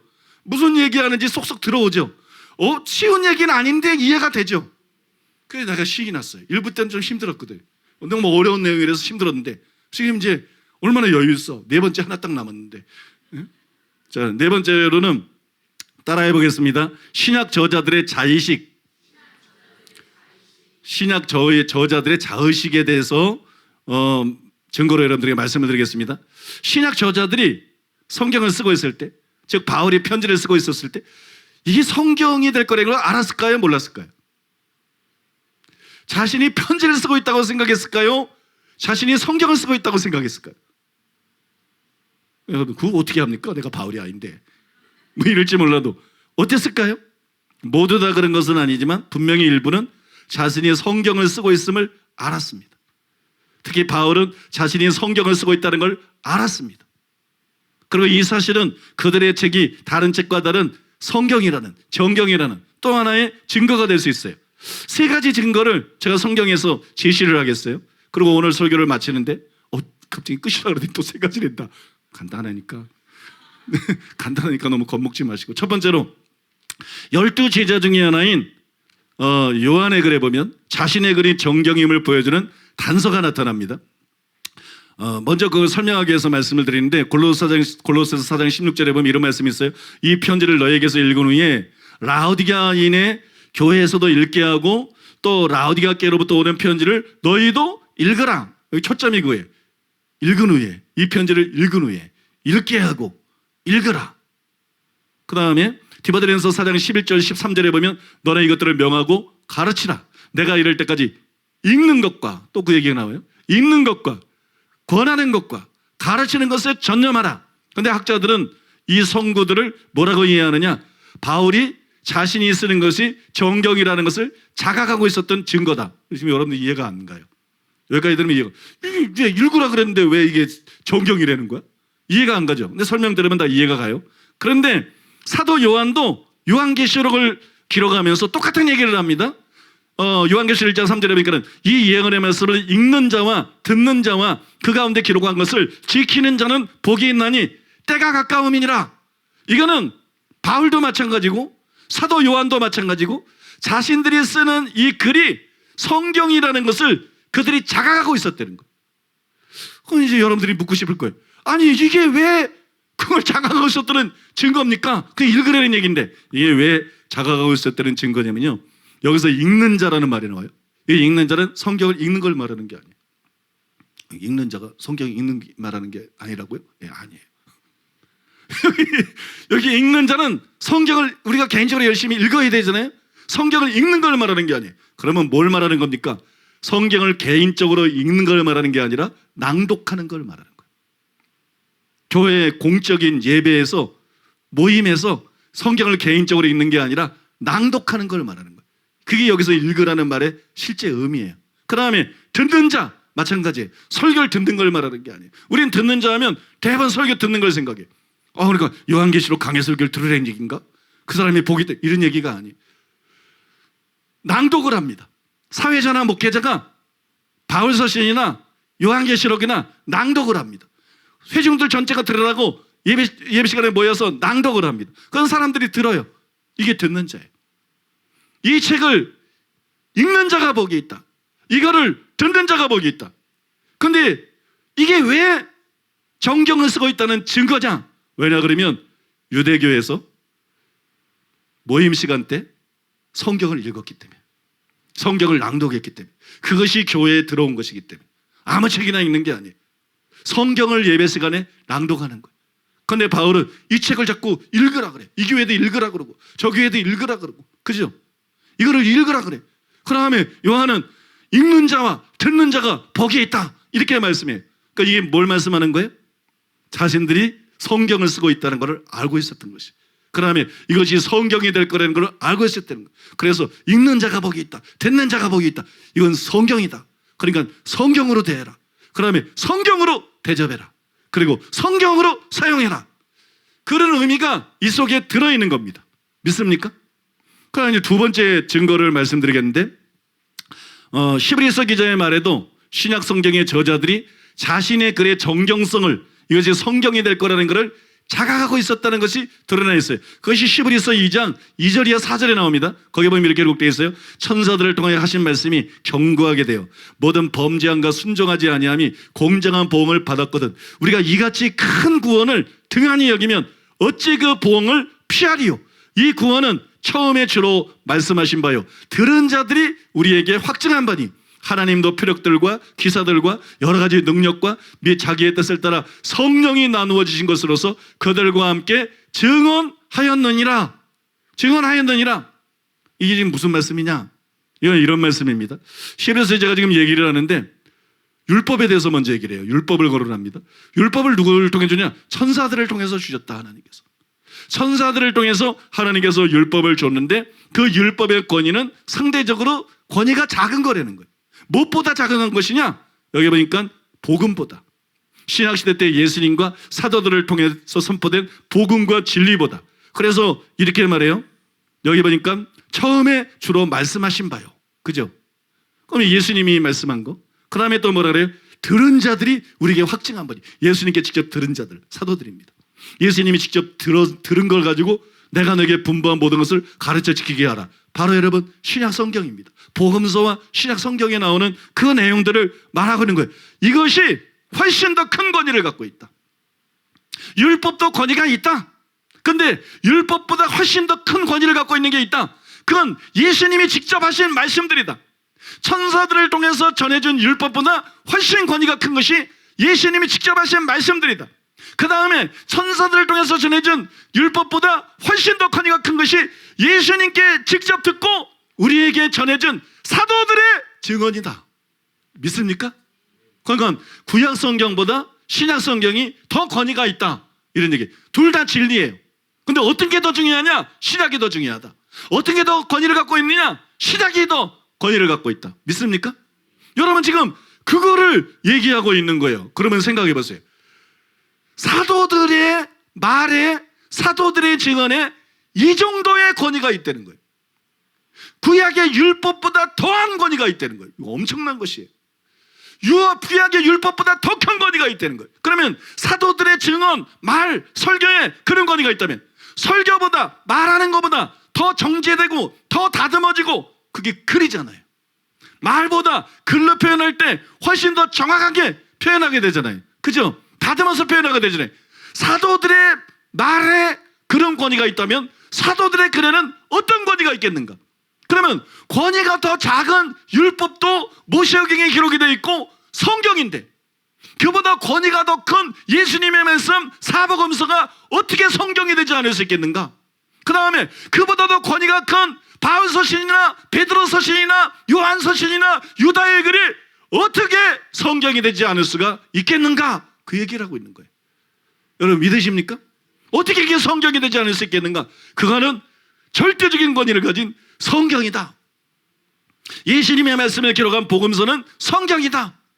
사도들이 다 들었잖아요. 그 사도들의 승인이 있다 그러면 누가가 썼든 마가가 썼든 마태가 썼든 이게 문제가 아니야. 이게 사도들의 승인이 있다 그러면 이거는 성경이다. 믿어지십니까 여러분? 그 다음에 베드로의 글들, 요한의 글들, 야고보의 글들, 이 편지들 이거는 성경이다. 구약도 성경인데 그보다 더 큰 권위를 갖고 있는 이것이 어찌 성경이 되지 않을 수 있겠는가? 그러니까는 신약은 정경이다. 구약이 정경인 것처럼 신약은 정경이고 신약은 성경이고 신약은 최종적인 권위를 갖고 있고 절대적인 권위를 갖고 있는 하나님의 말씀이다. 믿습니까? 이제 마지막 세 번째는요. 신약 성경의 저자들이 자신들의 글의 정경성, 이 정경성을 자각하고 있음을 보여주는 가장 대표적인 사례가 뭐냐? 그게 사도 바울입니다. 역시 사도 바울이에요.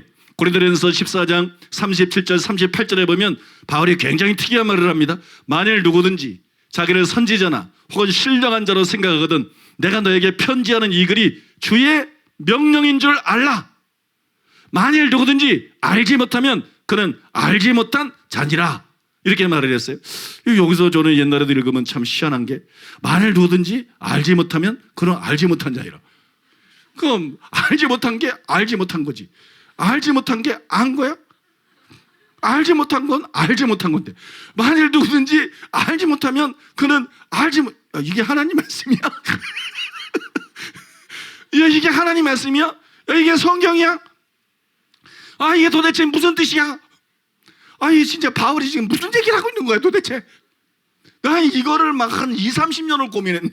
20-30년. 이게 뭔 얘기야? 알지 못하면 알지 못한 자니라. 이게 도대체 무슨 얘기인가? 이 말의 뜻은 그런 겁니다. 이 말의 뜻은 만일 누구든지 이것 알아야 될 것이 있어요. 그것 알아야 될 이것 알아야 될 그것 알아야 될 그 대상이 있는데 그게 대상이 뭐냐? 바울이 쓴 편지가 주의 명령이라는 거예요. 선지자들에게 신령한 자들에게 말하잖아요. 내가 쓴 것이 주의 명령인 줄 알아라. 이게 그들이 알아야 되는 내용이에요. 선지자들이 자기가 받은 계시니 체험 이런 것만 떠들면 안 돼.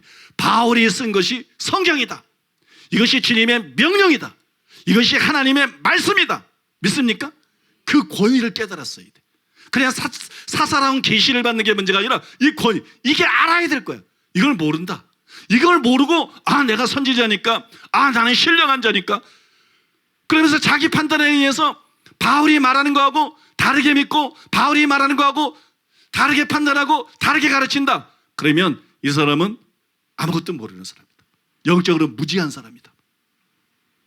자기를 모르는 사람이고 하나님의 섭리와 역사와 경륜을 모르는 사람이고 그러니까 이런 사람을 교회에서 선지자라고 떠받들면 안 된다.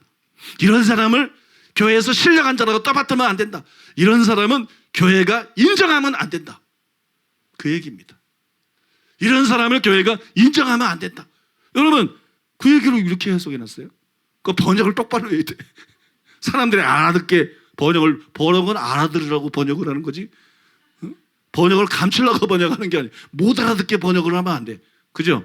알아듣게 번역을 해. 이 말씀이 그런 의미예요. 그러니까 이 말씀은 데살로니가후서 3장 14절과 같은 의미의 말씀이. 거기에 보면 누가 이 편지에 한 우리 말을 순종하지 아니하거든 주의 명령인 줄 알라. 그러니까 순종해야지. 누가 이 편지에 한 우리 말을 순종하지 아니하거든 그 사람을 지목하여 사귀지 말고 그러나 하여금 부끄럽게 하라. 얼마나 여러분 얼마나 어떻게 보면 오만하고 자기 주관적인 말일 수 있어요. 그죠? 이 편지에 우리 말을 순종하지 않으면 그 사람을 딱 지목해서 너 김진사 너 사귀지도 말고 따시켜라. 따시켜. 왕따시켜라. 사귀지도 말고 부끄럽게 하라. 그렇게 어리석고 그렇게 교만하고 그렇게 판단이 잘못되어 있고 그렇게 순종하지 않고 그렇게 영적으로 잘못되어 있는 것을 깨우쳐가서 부끄럽게 하라. 믿습니까? 누가 여러분 자기의 글에 대해서 이런 식으로 말할 수 있겠어요? 그들이 사도였기 때문에 가능한 거예요. 그들의 책이 주의 명령이기 때문에 가능한 거예요. 정경이기 때문에 가능한 거예요. 하나님의 말씀이기 때문에 가능한 거예요. 더구나 상대가 누구예요? 선지자예요. 선지자. 더구나 상대가 누구예요? 신령한 자예요. 은사를 많이 받고 기도를 많이 하고 체험을 많이 하고 인격이 훌륭하고 그래도 이것이 주의 명령인 걸 알지 못하면 이것의 권위를 인정하고 거기에 순박하지 못하면 너는 영적으로 무지한 사람이다. 믿습니까? 너는 영적으로 무지한 사람이고 이런 사람들이 교회에서 활개치게 하면 안 된다. 이런 사람들을 사람들이 따르게 해서는 안 된다. 바울이 어떻게 이렇게 말하고 있을까요? 안 거예요. 자기의 편지가 선지자들이 받는 계시들보다 위에 있다는 걸 안 거예요. 신령한 자들의 판단보다 훨씬 위에 있고 권위가 있다는 걸 안 거예요. 자신이 정격을 쓰고 있다는 걸 안 거예요. 이해하십니까 여러분? 여러분 이해가 되시죠? 그래서 여러분 이 구절에 대해서 이한수 교수님이 이렇게 썼어요. 오늘 제가 체력이 넘쳐나요. 기운이 뻗치기 때문에 그냥 제가 끝까지 다 밀고 나가려고 하는데 이렇게 썼어요. 이 구절은 자신을 신령한 자 또는 선지자라고 생각하는 고린도의 어떤 사람들이 계시를 받았다고 주장하면서 바울의 사도적 계시의 권위를 무시하려 했음을 보여준다. 그들은 자신들도 계시를 받았고 바울도 계시를 받았는데 자신들과 바울 사이에 무슨 권위의 차이가 있느냐고 도전적인 자세를 취한 것으로 보인다. 그러나 바울은 자신이 고린도전서에서 하는 말이 주의 명령인 줄을 깨닫지 못하면 그 사람은 아무리 자신을 선지자로 여길지라도 사실은 아무것도 모르는 사람이라고 주장한다. 이것은 바울 자신의 사도적 계시와 고린도인들 사이에 임한 사적인 계시 사이에 권위상으로 분명한 차이가 있다는 것을 보여주는 말씀입니다. 바울이 계시를 받았어요. 그 당시에 다른 선지자들도 계시를 받았어요. 심지어는 일반 성도들도 계시를 받았어요. 계시로. 그래서 고린도서 14장에 보면 한 사람에게 계시가 임하면 다른 사람은 잠잠할 것이요. 그 성도들 얘기. 성도들도 계시를 받았어요. 바울 너만 계시 받느냐? 선지자인 우리들도 계시 받는다. 기도 많이 한 성령 충만한 우리들도 뭐 환상도 보고 음성도 듣고 뭐 입신도 하고 우리들도 계시 받는다. 근데 네가 계시 받아서 전하는 거하고 무슨 차이냐? 절대적인 차이가 있는 거예요. 절대적인 차이가. 그들이 받은 계시는 체험일 뿐이에요. 그들이 받은 계시는 개인적인 걸 뿐이에요. 바울이 받은 계시는 성경입니다. 성경.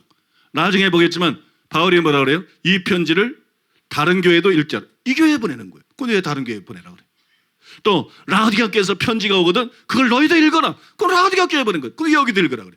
어떤 사람이 계시를 보내서 예언한다고 그래. 그럼 그 사람에 대한 얘기야. 그 사람에게 해당된 거야. 근데 바울이 받은 계시는 개인을 위한 게 아니에요. 한 교회를 위한 게 아니에요. 모든 교회를 위한 거예요.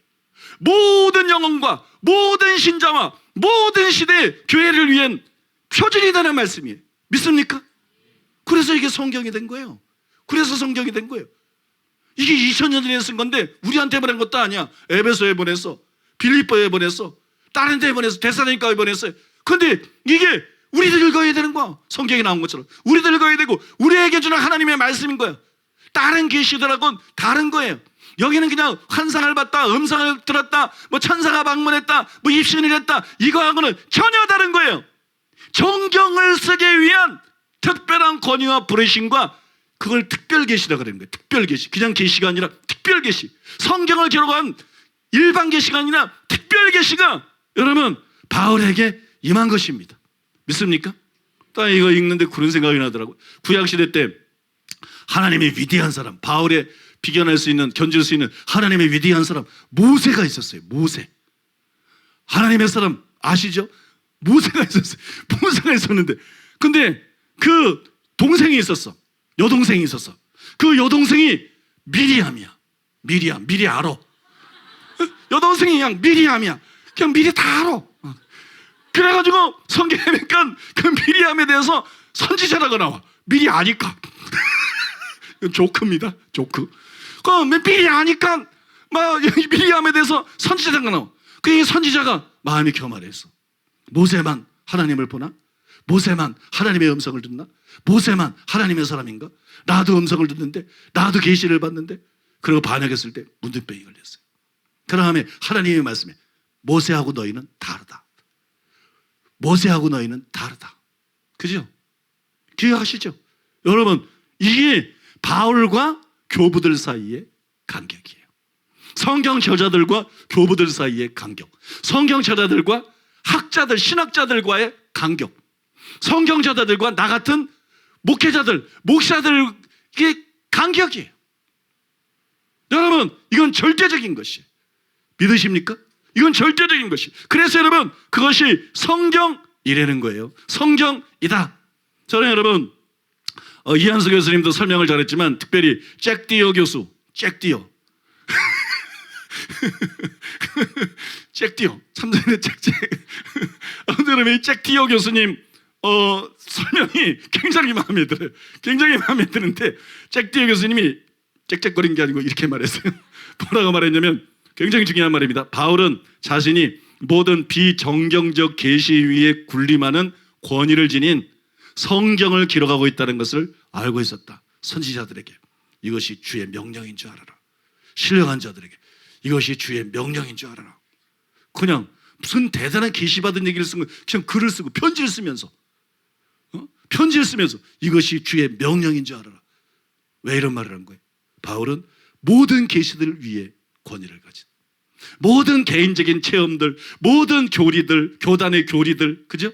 모든 교단의 교리들, 모든 교회의 전통들, 모든 목사들의 생각들, 모든 신학자들의 판단과 생각들, 이 위에 절대적인 권위를 가진, 이 위에 절대적인 권위를 가진 정경을 쓰고 있다는 것을 알고 있었다.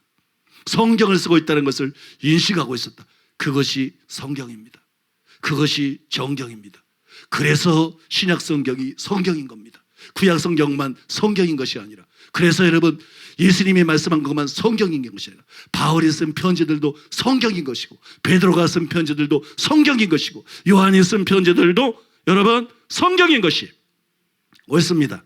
바울은 자신이 성경을 기록하고 있다는 것을 인지하고 있었어요. 그런데 이 사실을 더 확실하게 보여주는 성경 구절이 있어요. 아까 인용하고 여기껏 설명한 것도 그걸 보여주지만, 이 사실을 더 확실하게 보여주는 성경 구절이 있는데, 바로 여러분이 잘 아는, 여러분이 만약에 잘 모르면 성경에 대해서 무식한 거예요. 바로 여러분들이 잘 아는 그 에베소서 3장 3절에서 6절이에요. 거기 보면 이렇게 기록되어 있어요. 곧 계시로 내게 비밀을 알게 하신 것은 내가 먼저 간단히 기록한 것 같으니 그것을 읽으면 내가 그리스도의 비밀을 깨달은 것을 너희가 알 수 있으리라. 이제 그의 거룩한 사도들과 선지자들에게 성령으로 나타내신 것 같이 다른 세대에서는 사람의 아들들에게 알리지 아니하셨으니, 이는 이방인들이 복음으로 말미암아 그리스도 예수 안에서 함께 상속자가 되고 함께 지체가 되고 함께 약속에 참여하는 자가 됨이라. 이게 바울의 글인데 굉장히 중요하죠. 바울이 계시를 받았어요. 계시로 뭘 받았냐? 비밀을 알려주셨어요. 하나님께서 계시로 비밀을 알려주셨어요. 이 비밀은 모세도 몰랐던 거예요. 엘리야도 몰랐던 거예요. 다니엘도 몰랐던 거예요. 그 비밀을, 이게 보통 계시가 아니에요.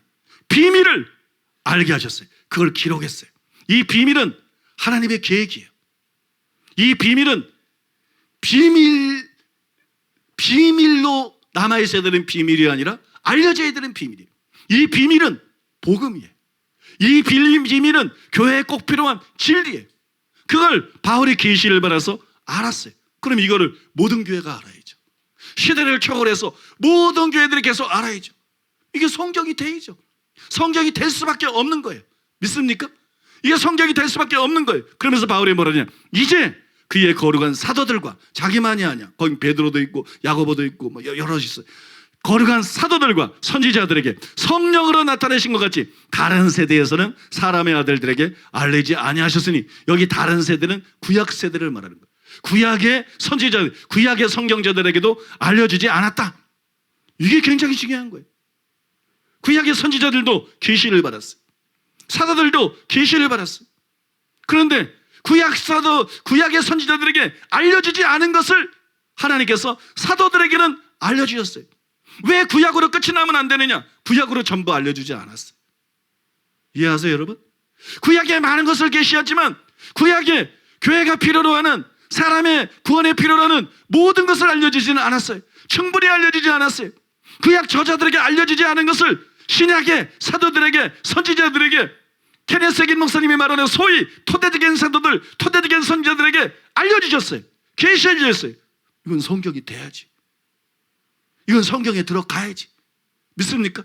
당연히 성경에 추가가 돼서 모든 목회자들이 읽어야지. 모든 성도들이 읽어야지. 그리고 설교되고 해석되고 설명되고 전파가 돼야지.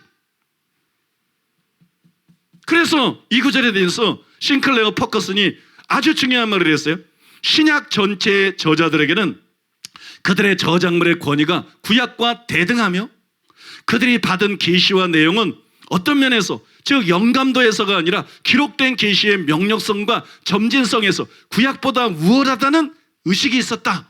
그러면서 방금 전에 읽어드린 그 구절을 증거로 드렸어요. 다른 세대에게는 알려주지 않았다. 이러한 사도자적의 의식은 그리스도의 오심에 비춰서 정경을 완성하기 위하여 의도적으로 정경에 첨가시키는 결과가 되는 것이다. 말이 좀 어렵게 말하지만 이해는 되시죠? 이해가 안 되면 내가 조금 더 설명해 드릴게요. 조금 이따. 이런 의미에서 정경으로서의 신약은 그리스도의 오심으로 실질적으로 요구된 것이다. 간헐적이고 단편적인 옛 계시가 비문에 새겨졌다면 계시의 완성을 비문에 새겨낸 것은 더욱 당연하지 않겠는가? 이해가 되셨습니까? 여러분, 간단히 말하면 이런 거예요. 구약의 모든 성경은 하나님의 감동으로 된 것이다. 디모데후서 3장에서 바울이 말할 때 그건 구약을 말하는 거예요. 모든 성경은 하나님의 감동으로 된 거예요. 구약 성경은 성령의 감동을 받은 하나님의 사람들, 특히 선지자들이 성령의 감동 중에서 하나님의 말씀을 받아 기록한 것이기 때문에 성경이 되는 것이고 절대적인 권위를 갖고 있는 거예요. 그런데 하나님께서 신약시대 때 사도들에게 성령을 부어주시고 사도들을 감동하셨어요. 예수님이 약속한 대로 보혜사가 오시면 생각나게 해줄 것이다. 지금 너희가 감당하지 못할 진리들을 알려줄 것이다. 모든 진리 가운데로 너를 인도하실 것이다. 실제로 그 약속대로 성령이 그들에게 임하시고 성령이 감동해서 이제 구약 선지자들에게 계시가 임한 것처럼 신약의 사도들에게 계시가 임합니다. 이 계시의 영감도 이 영감에 있어서는 구약과 신약의 사도와 선지자들이 동등합니다. 선지자들도 순전한 올바른 성령의 감동을 받은 것이고 사도들도 올바른 감동을 받았어요. 근데 뭐가 다르냐? 왜 바울은 우월한 것처럼 얘기하느냐? 왜 다른 시대에 알려지지 않았다느냐? 구약의 계시는 예비적인 겁니다. 구약의 계시는 예표적인 것이고 예비적인 것이에요. 그죠? 오실 예수님을 증거하면서 오실 예수님의 길을 예비하는 거예요. 그리고 구약의 예언한 선지자들이 계시를 받아서 예언한 그분이 딱 오셨어요. 구약의 모든 예언이 이 예수님께 초점이 맞춰져서 예수님에게서 다 이루어졌어요. 그래서 십자가에서 예수님께서 다 이루었다 그러셨어요. 율법의 1.1획도 떨어지지 않고 반드시 다 이루리라. 이 예언인 거예요. 모형도 있고 여러 가지가 있지만 선지자들의 예언뿐만 아니라 율법도 예언인 거예요. 짐승들이 죽는 것도 다 예언인 거예요. 절개들도 예언인 거예요. 근데 이것이 예수님에게서 다 이루어졌어요. 그럼 생각해 보세요. 구약 성경은 이 오실 예수님을 예언하기야. 근데 그 예수님이 오셨어요. 예수님, 그 메시아, 예언의 주인공, 예언의 그 결정체가 되는 예수님이 오셨어요. 그리고 예수님의 생에서 가장 핵심적인 건 십자가 위에서 죽음이, 그걸 위해서 오셨어요. 단순히 설교하고 병 고치고 귀신 쫓기, 그걸 위해 오셨어요. 십자가에 죽으셨어요. 그리고 부활하셨어요. 그리고 승천하셨어요. 그리고 성령을 부어줬어요. 그러면 어떻게 해야 돼요? 구약으로 성경이 끝나야 됩니까? 그럼 말도 안 되는 거지. 구약은 시작일 뿐인 거예요. 믿습니까? 구약이 예언한 그분이 왔어요. 그 실체가 이루어졌어요. 그래서 이제 복음이 드러나는 거예요. 복음. 어떻게 해야 사람이 구원받을 수 있나? 무엇을 믿어야 되나? 어떻게 반응해야 되나? 또 어떻게 신앙생활 해야 되나? 이 구약하고는 다른 거예요. 우리가 지금 유월절 지켜야 되는 게 아니고, 우리가 무슨 다른 절기나 월삭이나 우리가 개고기 먹으면 안 되는 거 아니고, 먹고 싶으면 먹어요. 유럽 사람이 뭐라 그러든 왜 그래? 비성경적이야. 다 먹어도 돼. 뱀 뜯어 먹어도 되고. 여러분, 우리가 구약의 신앙생활이면 신학시대 때는 어떻게 믿어야 구원을 받고 어떻게 신앙생활을 해야 되나? 이 복음과 진리들이 사도들을 통해서 예수님의 말씀을 그대로 듣고 선포하는 사도들, 또 예수님이 그때 말씀하지 못한 걸 예수님이 예견하신 대로 성령을 부어주셔서 사도들에게 더 알게 해주신 그런 모든 진리들이 드러난 거예요. 누굴 통해서? 예수님과 사도들을 통해서. 믿습니까? 근데 이거는 성경이 안 돼야 돼. 오실 메시아에 대한 예수님에 대해서 기록한 거는 성경이 돼야 되고, 이거는 성경에서 빠져야 돼. 그러면은 말도 안 되는 거죠. 이게 당연히 예수님이 오셨다. 이게 중요한 거예요. 예수님이 오셨다. 예수님이 십자가를 지셨다. 구약의 예언이 예수님 통해서 다 이루어졌다. 믿습니까? 예수님이 부활하셨다. 예수님이 승천하셨다. 성령을 부어주셨다. 이것만으로 신약이 필요하게 된 거예요. 거기에서 신약 성경의 필요성이 생겨난 거예요. 신약 성경의 필연적인 절대적인, 믿습니까? 필요성이 생겨나게 된 거예요. 그래서 성령의 감동을 통해서 사도들이 그 작업을 한 것이에요. 그것이 바로 신약 27권인 것이에요. 여러분 믿어지십니까? 그러니까 신약 성경이 성경입니까? 아닙니까? 성경입니다. 성경 중에서도 구약보다도 더 중요한 성경입니다. 구약보다도 더 하나님의 계획을, 진전된 계획을, 그리고 최종적인 계획을 보여주는, 다른 계획은 없어요. 이 복음이, 이 천국 복음이, 예수님이 말씀했잖아요. 잘 들으세요. 이 천국 복음이 온 세상에 전파되리니 그제야 끝이 오리라. 세상이 끝날 때까지 다른 복음은 없어요. 세상이 끝날 때까지 여기에 더해지는 건 없어요. 세상이 끝날 때까지 다른 복음도 없고 세상이 끝날 때까지 여기 더해지는 거 없어요. 그래서 신천지가 가짜예요. 그래서 문선병이 가짜예요. 그래서 박대선이 가짜예요. 그래서 몰몬교가 가짜예요. 여러분 이해가 됐어요? 그래서 여러분 안식교가 가짜예요. 다른 거 없어요. LNGYC 와가지고 갑자기 막 안식을 지켜야 돼. 이런 헛소리 또 뭘 더 할 수 있는 게 아니에요. 예수님이 말씀한 천국복음, 사도들이 정립해놓은 천국복음, 이 복음이 세상 끝날까지 전파되는 거예요. 이거로 그냥 가는 거예요. 다른 얘기를 하는 게 아니에요. 여기다 뭐가 더해지는 게 아니에요. 무슨 새로운 성경이 쓰여지는 게 아니에요. 그냥 이거로 끝까지 가는 거예요. 세상 끝까지 이거로 가는 거예요. 세상 끝까지 이거로 충분한 거예요. 한 1000년 뒤에 태어난 사람은 다른 복음이 필요할까요? 다른 진리가 필요할까요? 한 10,000년 뒤에 태어난 사람은 과학도 발전하고 시대가 바뀌었으니까 다른 진리가 필요할까요? 다른 복음이 필요할까요? 다른 메시아가 필요할까요? 다른 성경이 필요할까요? 그렇지 않다는 것이, 천지가 없어지기 전에는 1.1핵도 없어지지 않고 이것이 다 이루어진다는 거예요. 이 체제로 간다는 거예요. 여러분 믿으십니까? 그래서 여러분 우리는 성경의 권위를 절대적으로 인정하고 그 말씀에 입각해서 신앙생활을 해야 되는 것입니다. 여러분 믿으시죠? 오늘 제가 일부 예배 시간 때 설교를 하고 설교하고 난 다음에 주여 삼창하고 통성기도 하는데 성령님께서 저에게 말씀을 깨닫게 해주셨어요. 그러면 말씀을 깨닫게 해주시고 하나의 설교를 그 통성기도 하는 시간에 준비하게 하셨어요. 그 내용이 뭐냐 그러면 그런 내용이었어요. 그 어디 있을 텐데.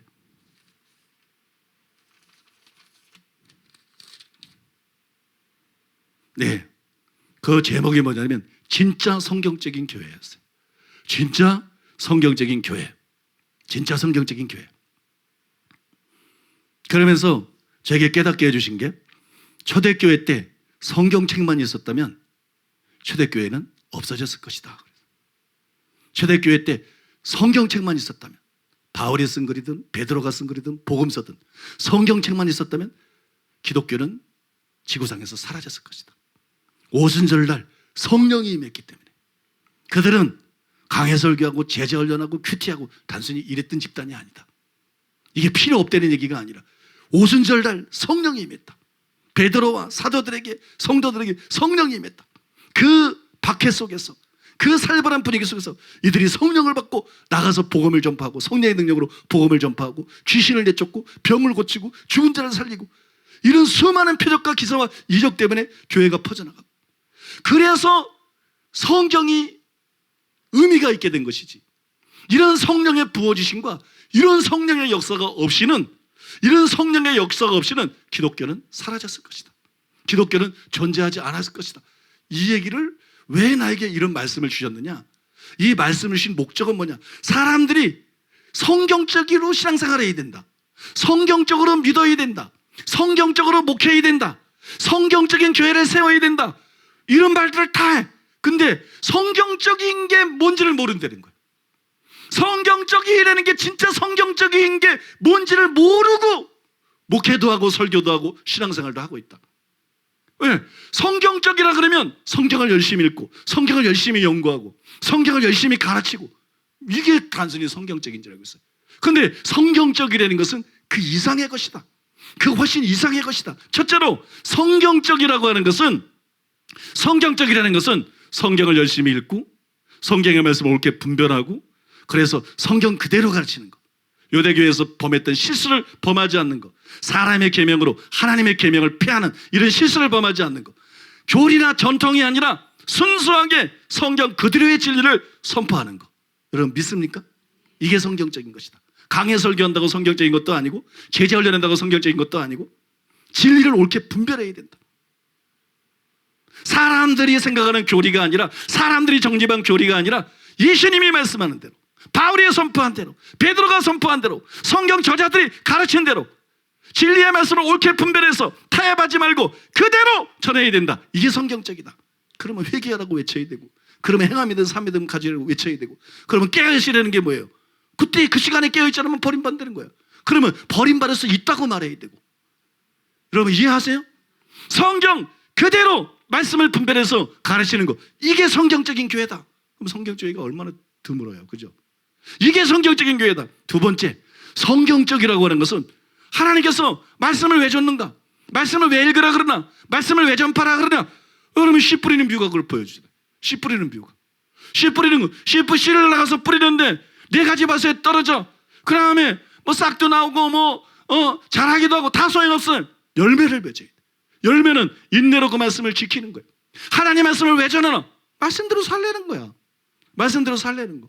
그러니까 여러분 진짜 성경적인 건 뭐예요? 첫 번째로는 진리의 말씀을 옳게 분별해서 교리나 정통에 매이지 않고 성경 그대로 믿는 거. 이게 성경적인 것이고, 두 번째로 성경적인 거, 성경대로 내가 회개하는 거, 성경대로 내가 행하면 산 믿음을 갖는 거, 성경대로 내가 거룩을 추구하는 거, 성경대로 우리가 사랑하는 거, 성경대로 성경 말씀에 순종하며 살아가는 거. 이게 없으면 성경적인 거 아니다. 내가 너에게 분부한 모든 것을 가르쳐서 지키게 하라. 여러분 예수님이 산상수훈이 예수님의 설교 대표 아닙니까? 예수님이 산상수훈에서 대표적인 설교를 하셨어요. 지옥 같은 그 산상수훈 뛰어난 설교를 하셨어요. 그 결론이 뭡니까? 그러니까 너희가 이걸 알아라, 이걸 잊지 말아라. 이게 아니에요. 나의 이 말을 나더러 주여 주여 하는 자마다 천국에 다 들어갈 것이 아니요 다만 하늘에 계신 내 아버지의 뜻대로 하는 자를 들어가리라. 그들의 많은 사람이 나더러 이르되 주여 내가 주의 이름으로 선지자 노릇하고 귀신을 내어 쫓고 많은 권능을 행차하니 내가 그들에게 밝히 말하되 불법을 하는 자들아 내가 너를 도무지 알지 못하니 내게서 떠나가리라. 모래에 집 짓는 사람이 있고 반석에 집 짓는 사람이 있는데, 모래에 집 짓는 사람은 나의 이 말, 이 산상수훈, 이 설교를 듣고 이걸 지키지 않는 사람이 모래에 집 짓는 사람이고, 반석에 집 짓는 사람이 있는데 나의 이 말, 이 설교, 이 산상수훈, 이 말씀을 듣고 그대로 지키는 자가 반석 위에 집을 짓는 사람이다. 비가 내리고 창수가 나고 폭풍이 몰려오 절된 것인데 모래 위에 짓는 집은 다 무너질 것이다. 아무 소용없게 될 것이다. 반석에 지어 있는 자만 남을 것이다. 예수님이 설교한 목적이 뭐예요? 이대로 살려는 거예요. 근데 신학자들은 산상수는 우리가 지킬 수가 없다. 그런 신학자는 신학자도 아니야. 그건 완전히 영혼 잡는 백정이야. 영적인 백정들이야. 무슨 소리라는 거야? 예수님의 심판의 기준이 그것인데 무슨 소리라는 거야? 예수님이 이 말씀을 주여 주여하고 이 말씀을 지키지 아버지 뜻을 행한다는 게 산상수훈을 말하는 것인데, 문맥에서 산상수훈을 말하는 것인데, 예수님 직접 집 짓는 자의 비유를 통해서 이 말씀대로 사는 자와 이 말씀대로 살지 않는 자가 나누어질 거라고 말했는데, 성경적이라는 게 뭐냐? 회개하지 않으면 절대 성경적인 건 없다. 하나님께 순종하지 않으면 절대 성경적인 건 없다. 거룩하지 않으면 절대 성경적이라는 건 없다. 여러분 믿습니까? 이게 성경적인 교회라는 거예요. 성경만 앞만 배우면 뭐해? 앞만 예배 모이면 11조 하면 뭐해? 봉사하면 뭐해? 이게 성경적이다. 믿습니까? 그 다음에 마지막 세 번째, 성경적이라는 건 뭐냐? 성경적이라고 하는 것은 아까 그랬잖아요. 사도의 가르침을 받아 전혀 기도하기에 힘쓰니라. 말씀을 배우고 말씀대로 살 뿐만 아니라 기도하는 거예요. 기도해서 성령 세례 받는 거예요. 기도해서 성령의 은사를 받는 거예요. 기도해서 성령의 권능을 받는 거예요. 아니 성령 세례가 어디 나옵니까? 아니 성령의 은사는 어디 나옵니까? 아니 병 고치는 기적은 어디 나옵니까?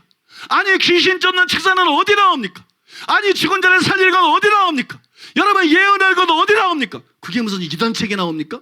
왜 그런 걸 이단시해? 정신 나갔나? 목사들이 정신 차려야 되고 신학자들이 정신 차려야 되는 거지. 정말 정신 바짝 차려야 되는 거지. 그게 이단책에 나오는 것인가? 그게 성경에 나오는 것이거든. 그것이 성경에서 예수님이 명령한 것이고, 너희는 예루살렘에 머물러라. 성령의 권능을 받고 땅끝까지를 복음의 증인이 되라. 믿는 자에게는 비리게 따르리니 저희가 내려면 귀신을 쫓으며 새방언을 말하며 뱀을 집으며 누가 무슨 놈을 할 때 해를 받자냐 하며 방언하나? 병든 자에게 손 얹은 즉 나으리라.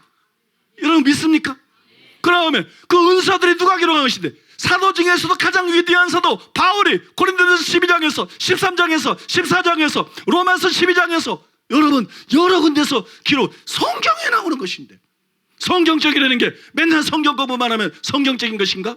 강해 설교만 하면 성경적인 것이고, 제장을 하면 성경 큐티만 하면 성경적인 것인가? 성경적이라는 것은 말씀을 옳게 분별해야 성경으로 돌아가야 성경적인 것이고, 여러분 회개하고 순종하고 하나님의 말씀대로 살아야 성경적인 것이고, 그 다음에 기도하고 성령 충만 받고 성령의 은사 받고 성령의 권능 받아서 귀신 내쫓고 병 고치고, 그래야 성경적인 거예요. 예수님이 뭐라 그랬어요? 나를 믿는 자는 나의 하는 일을 저도 할 것이요 이보다 큰 것도 아니니. 예수님을 믿는 자가 교회잖아. 교회가 해야 될 일이 뭐야? 예수님이 한 일을 하는 거예요. 믿습니까? 예수님처럼 당연히 귀신 쫓아야지. 예수님처럼 당연히 병 고쳐야지. 예수님처럼 당연히 예언해야지.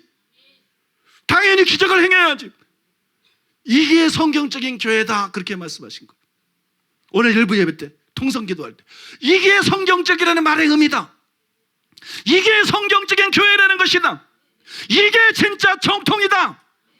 정통 우긴다고 정통이 아니다. 이단이라고 때려친다고 이단도 아니다. 때려잡는다고 이단도 아니다.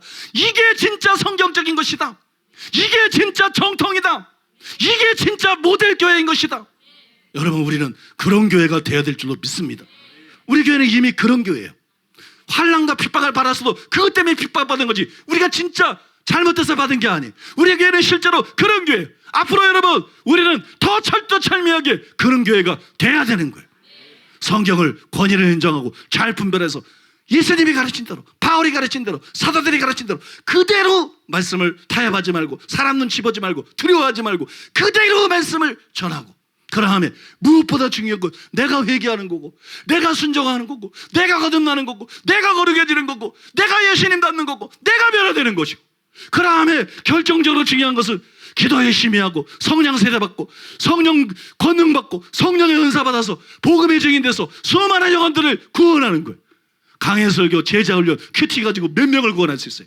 귀신을 내쫓고 병자를 고치고 죽은 자를 살리고 예언하고, 예수님이 얘기했던 것처럼, 바울이 얘기했던 것처럼, 빌립이 얘기했던 것처럼 그렇게 해야 불신자도 돌아오고, 완고한 불교신자도 돌아오고, 깡패도 돌아오고, 창녀도 들어오고, 여러분 스님도 들어오고, 우리 교회에서 실제 그런 일들이 일어나고 있는 것처럼 이런 일들이 더 기하급수적으로 일어날 수 있는 거 아니겠어요?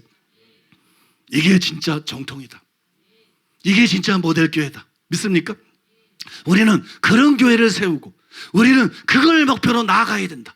우리는 그걸 목표로 나아가고 최선을 다해야 된다. 그리고 우리 교회가 그걸 목표로 나가서 모범을 보이고, 그 다음에 여러분 부흥하고 발전해서 이 나라의 교회들을 그런 교회로 만들어야 된다. 이 시대의 교회들을 그런 교회로 만들어야 된다.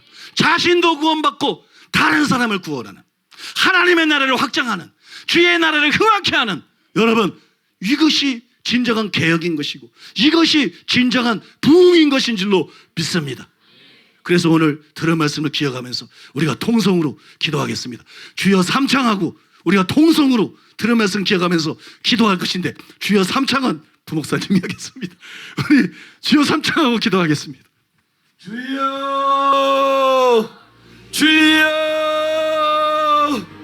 주여.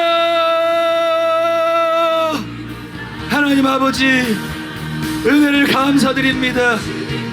오늘 이 시간에도 신약의 정경성에 대해서 귀한 종을 통해 배우게 하시니 감사드립니다. 주님, 우리가 성경을 사랑해서 열심히 성경을 읽고 열심히 성경을 연구하고 열심히 성경을 가르치는 것도 중요하지만, 그러나 더 중요한 것이 바로 성경이 말씀하고 있는 바 그대로를 행하며 사는 것이 성경을 살아가는 삶임을 깨달았습니다. 주님 간구합니다. 우리가 진정으로 성경을 살아가는 삶 가운데로 나아가기를 원합니다. 우리에게 주신 성경 그대로를 조금도 타협함이 없이 선포하게 하여 주시옵소서. 그리고 바르게 선포한 진리의 말씀대로 우리가 행하게 하소서. 성경대로 회개하게 하소서. 성경대로 거룩을 추구하게 하소서. 성경대로 행함 있는 산 믿음을 가지고 살게 하소서. 성경대로 살아가는 삶을 살게 하시고 성경대로 용서하는 삶을 살게 하소서. 아버지, 성경을 사랑한다고 말하면서 성경과 일치되지 않는 삶을 살아가는 우리를 불쌍히 여겨 주시옵소서. 아버지, 나를 불쌍히 여겨 주소서.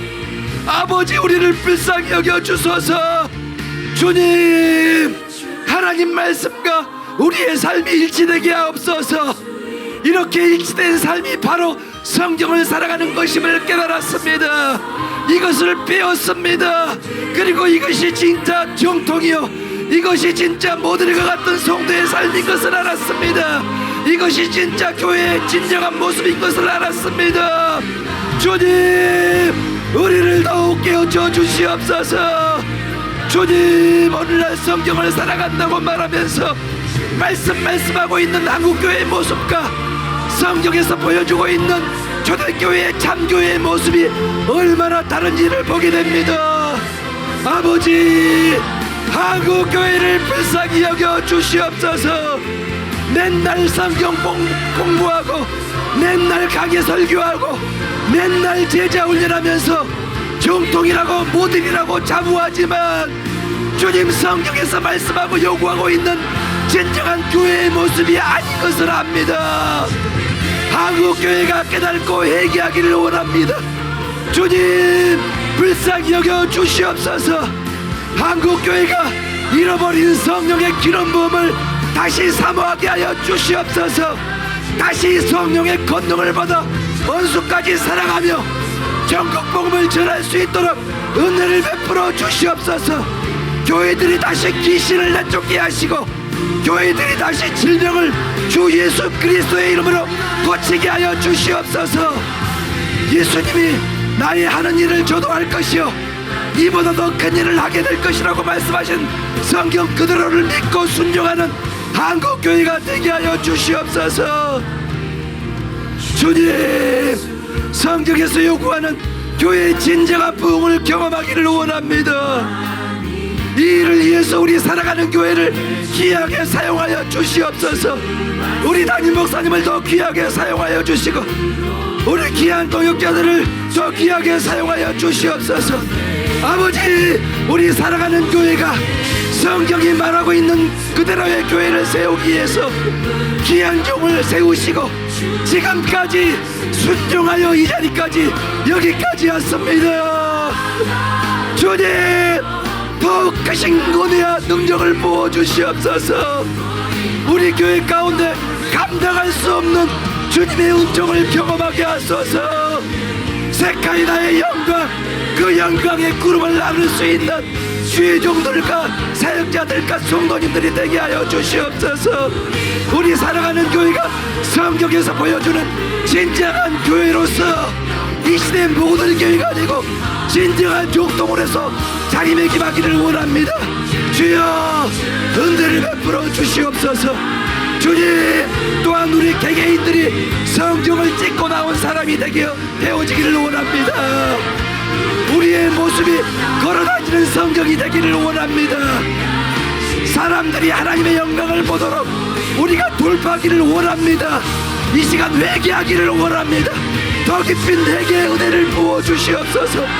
거룩하지 않는 죄된 삶을 끊어버리기를 원합니다. 자기 중심적인 삶을 끊어버리기를 원합니다. 이기심을 내려놓고 회개하며 하나님 중심의 삶으로 들어가기를 원합니다. 그래서 복음이 말씀하고 있는 성경적인 사도적인 선지자적인 성도들로 변화되기를 원합니다. 오 주님, 우리 가운데 성령을 부어주시옵소서. 오순절에 부어주셨던 성령의 바람과 성령의 불을 우리 가운데 부어주시옵소서. 주여, 우리가 새롭게 되고 변화되기를 원합니다. 주여, 우리 자신을 위해 살지 않게 하옵소서. 주님을 위해서, 못된 교회를 위해서 바울처럼 살게 하소서. 주여, 우리가 그리스도와 함께 고난받기를 즐거워하는 자들이 되기를 원합니다. 주님, 우리를 불쌍히 여겨 주시옵소서. 우리가 돌파하며 새롭게 되기를 원합니다. 이전 것은 지나갔으니 보라 새 것이 되었더라고 말씀하신 주님, 우리가 새 것이 되기를 원합니다. 주님, 우리가 변화되기를 원합니다. 우리가 교회와 복음을 위해서, 영혼들을 위해서 준비되기를 원합니다. 주여, 우리를 깨뜨려 주시옵소서. 우리의 안구함을 깨뜨려 주시옵소서. 우리 교회를 사용하여 주시옵소서. 열방을 구원할 수 있도록, 수많은 영혼들을 구원할 수 있도록 우리 사랑하는 교회를 사용하여 주시옵소서. 이 시대의 진정한 성경적인 교회들을 세워나갈 수 있는 그 은혜를 저희들에게 부어 주시옵소서.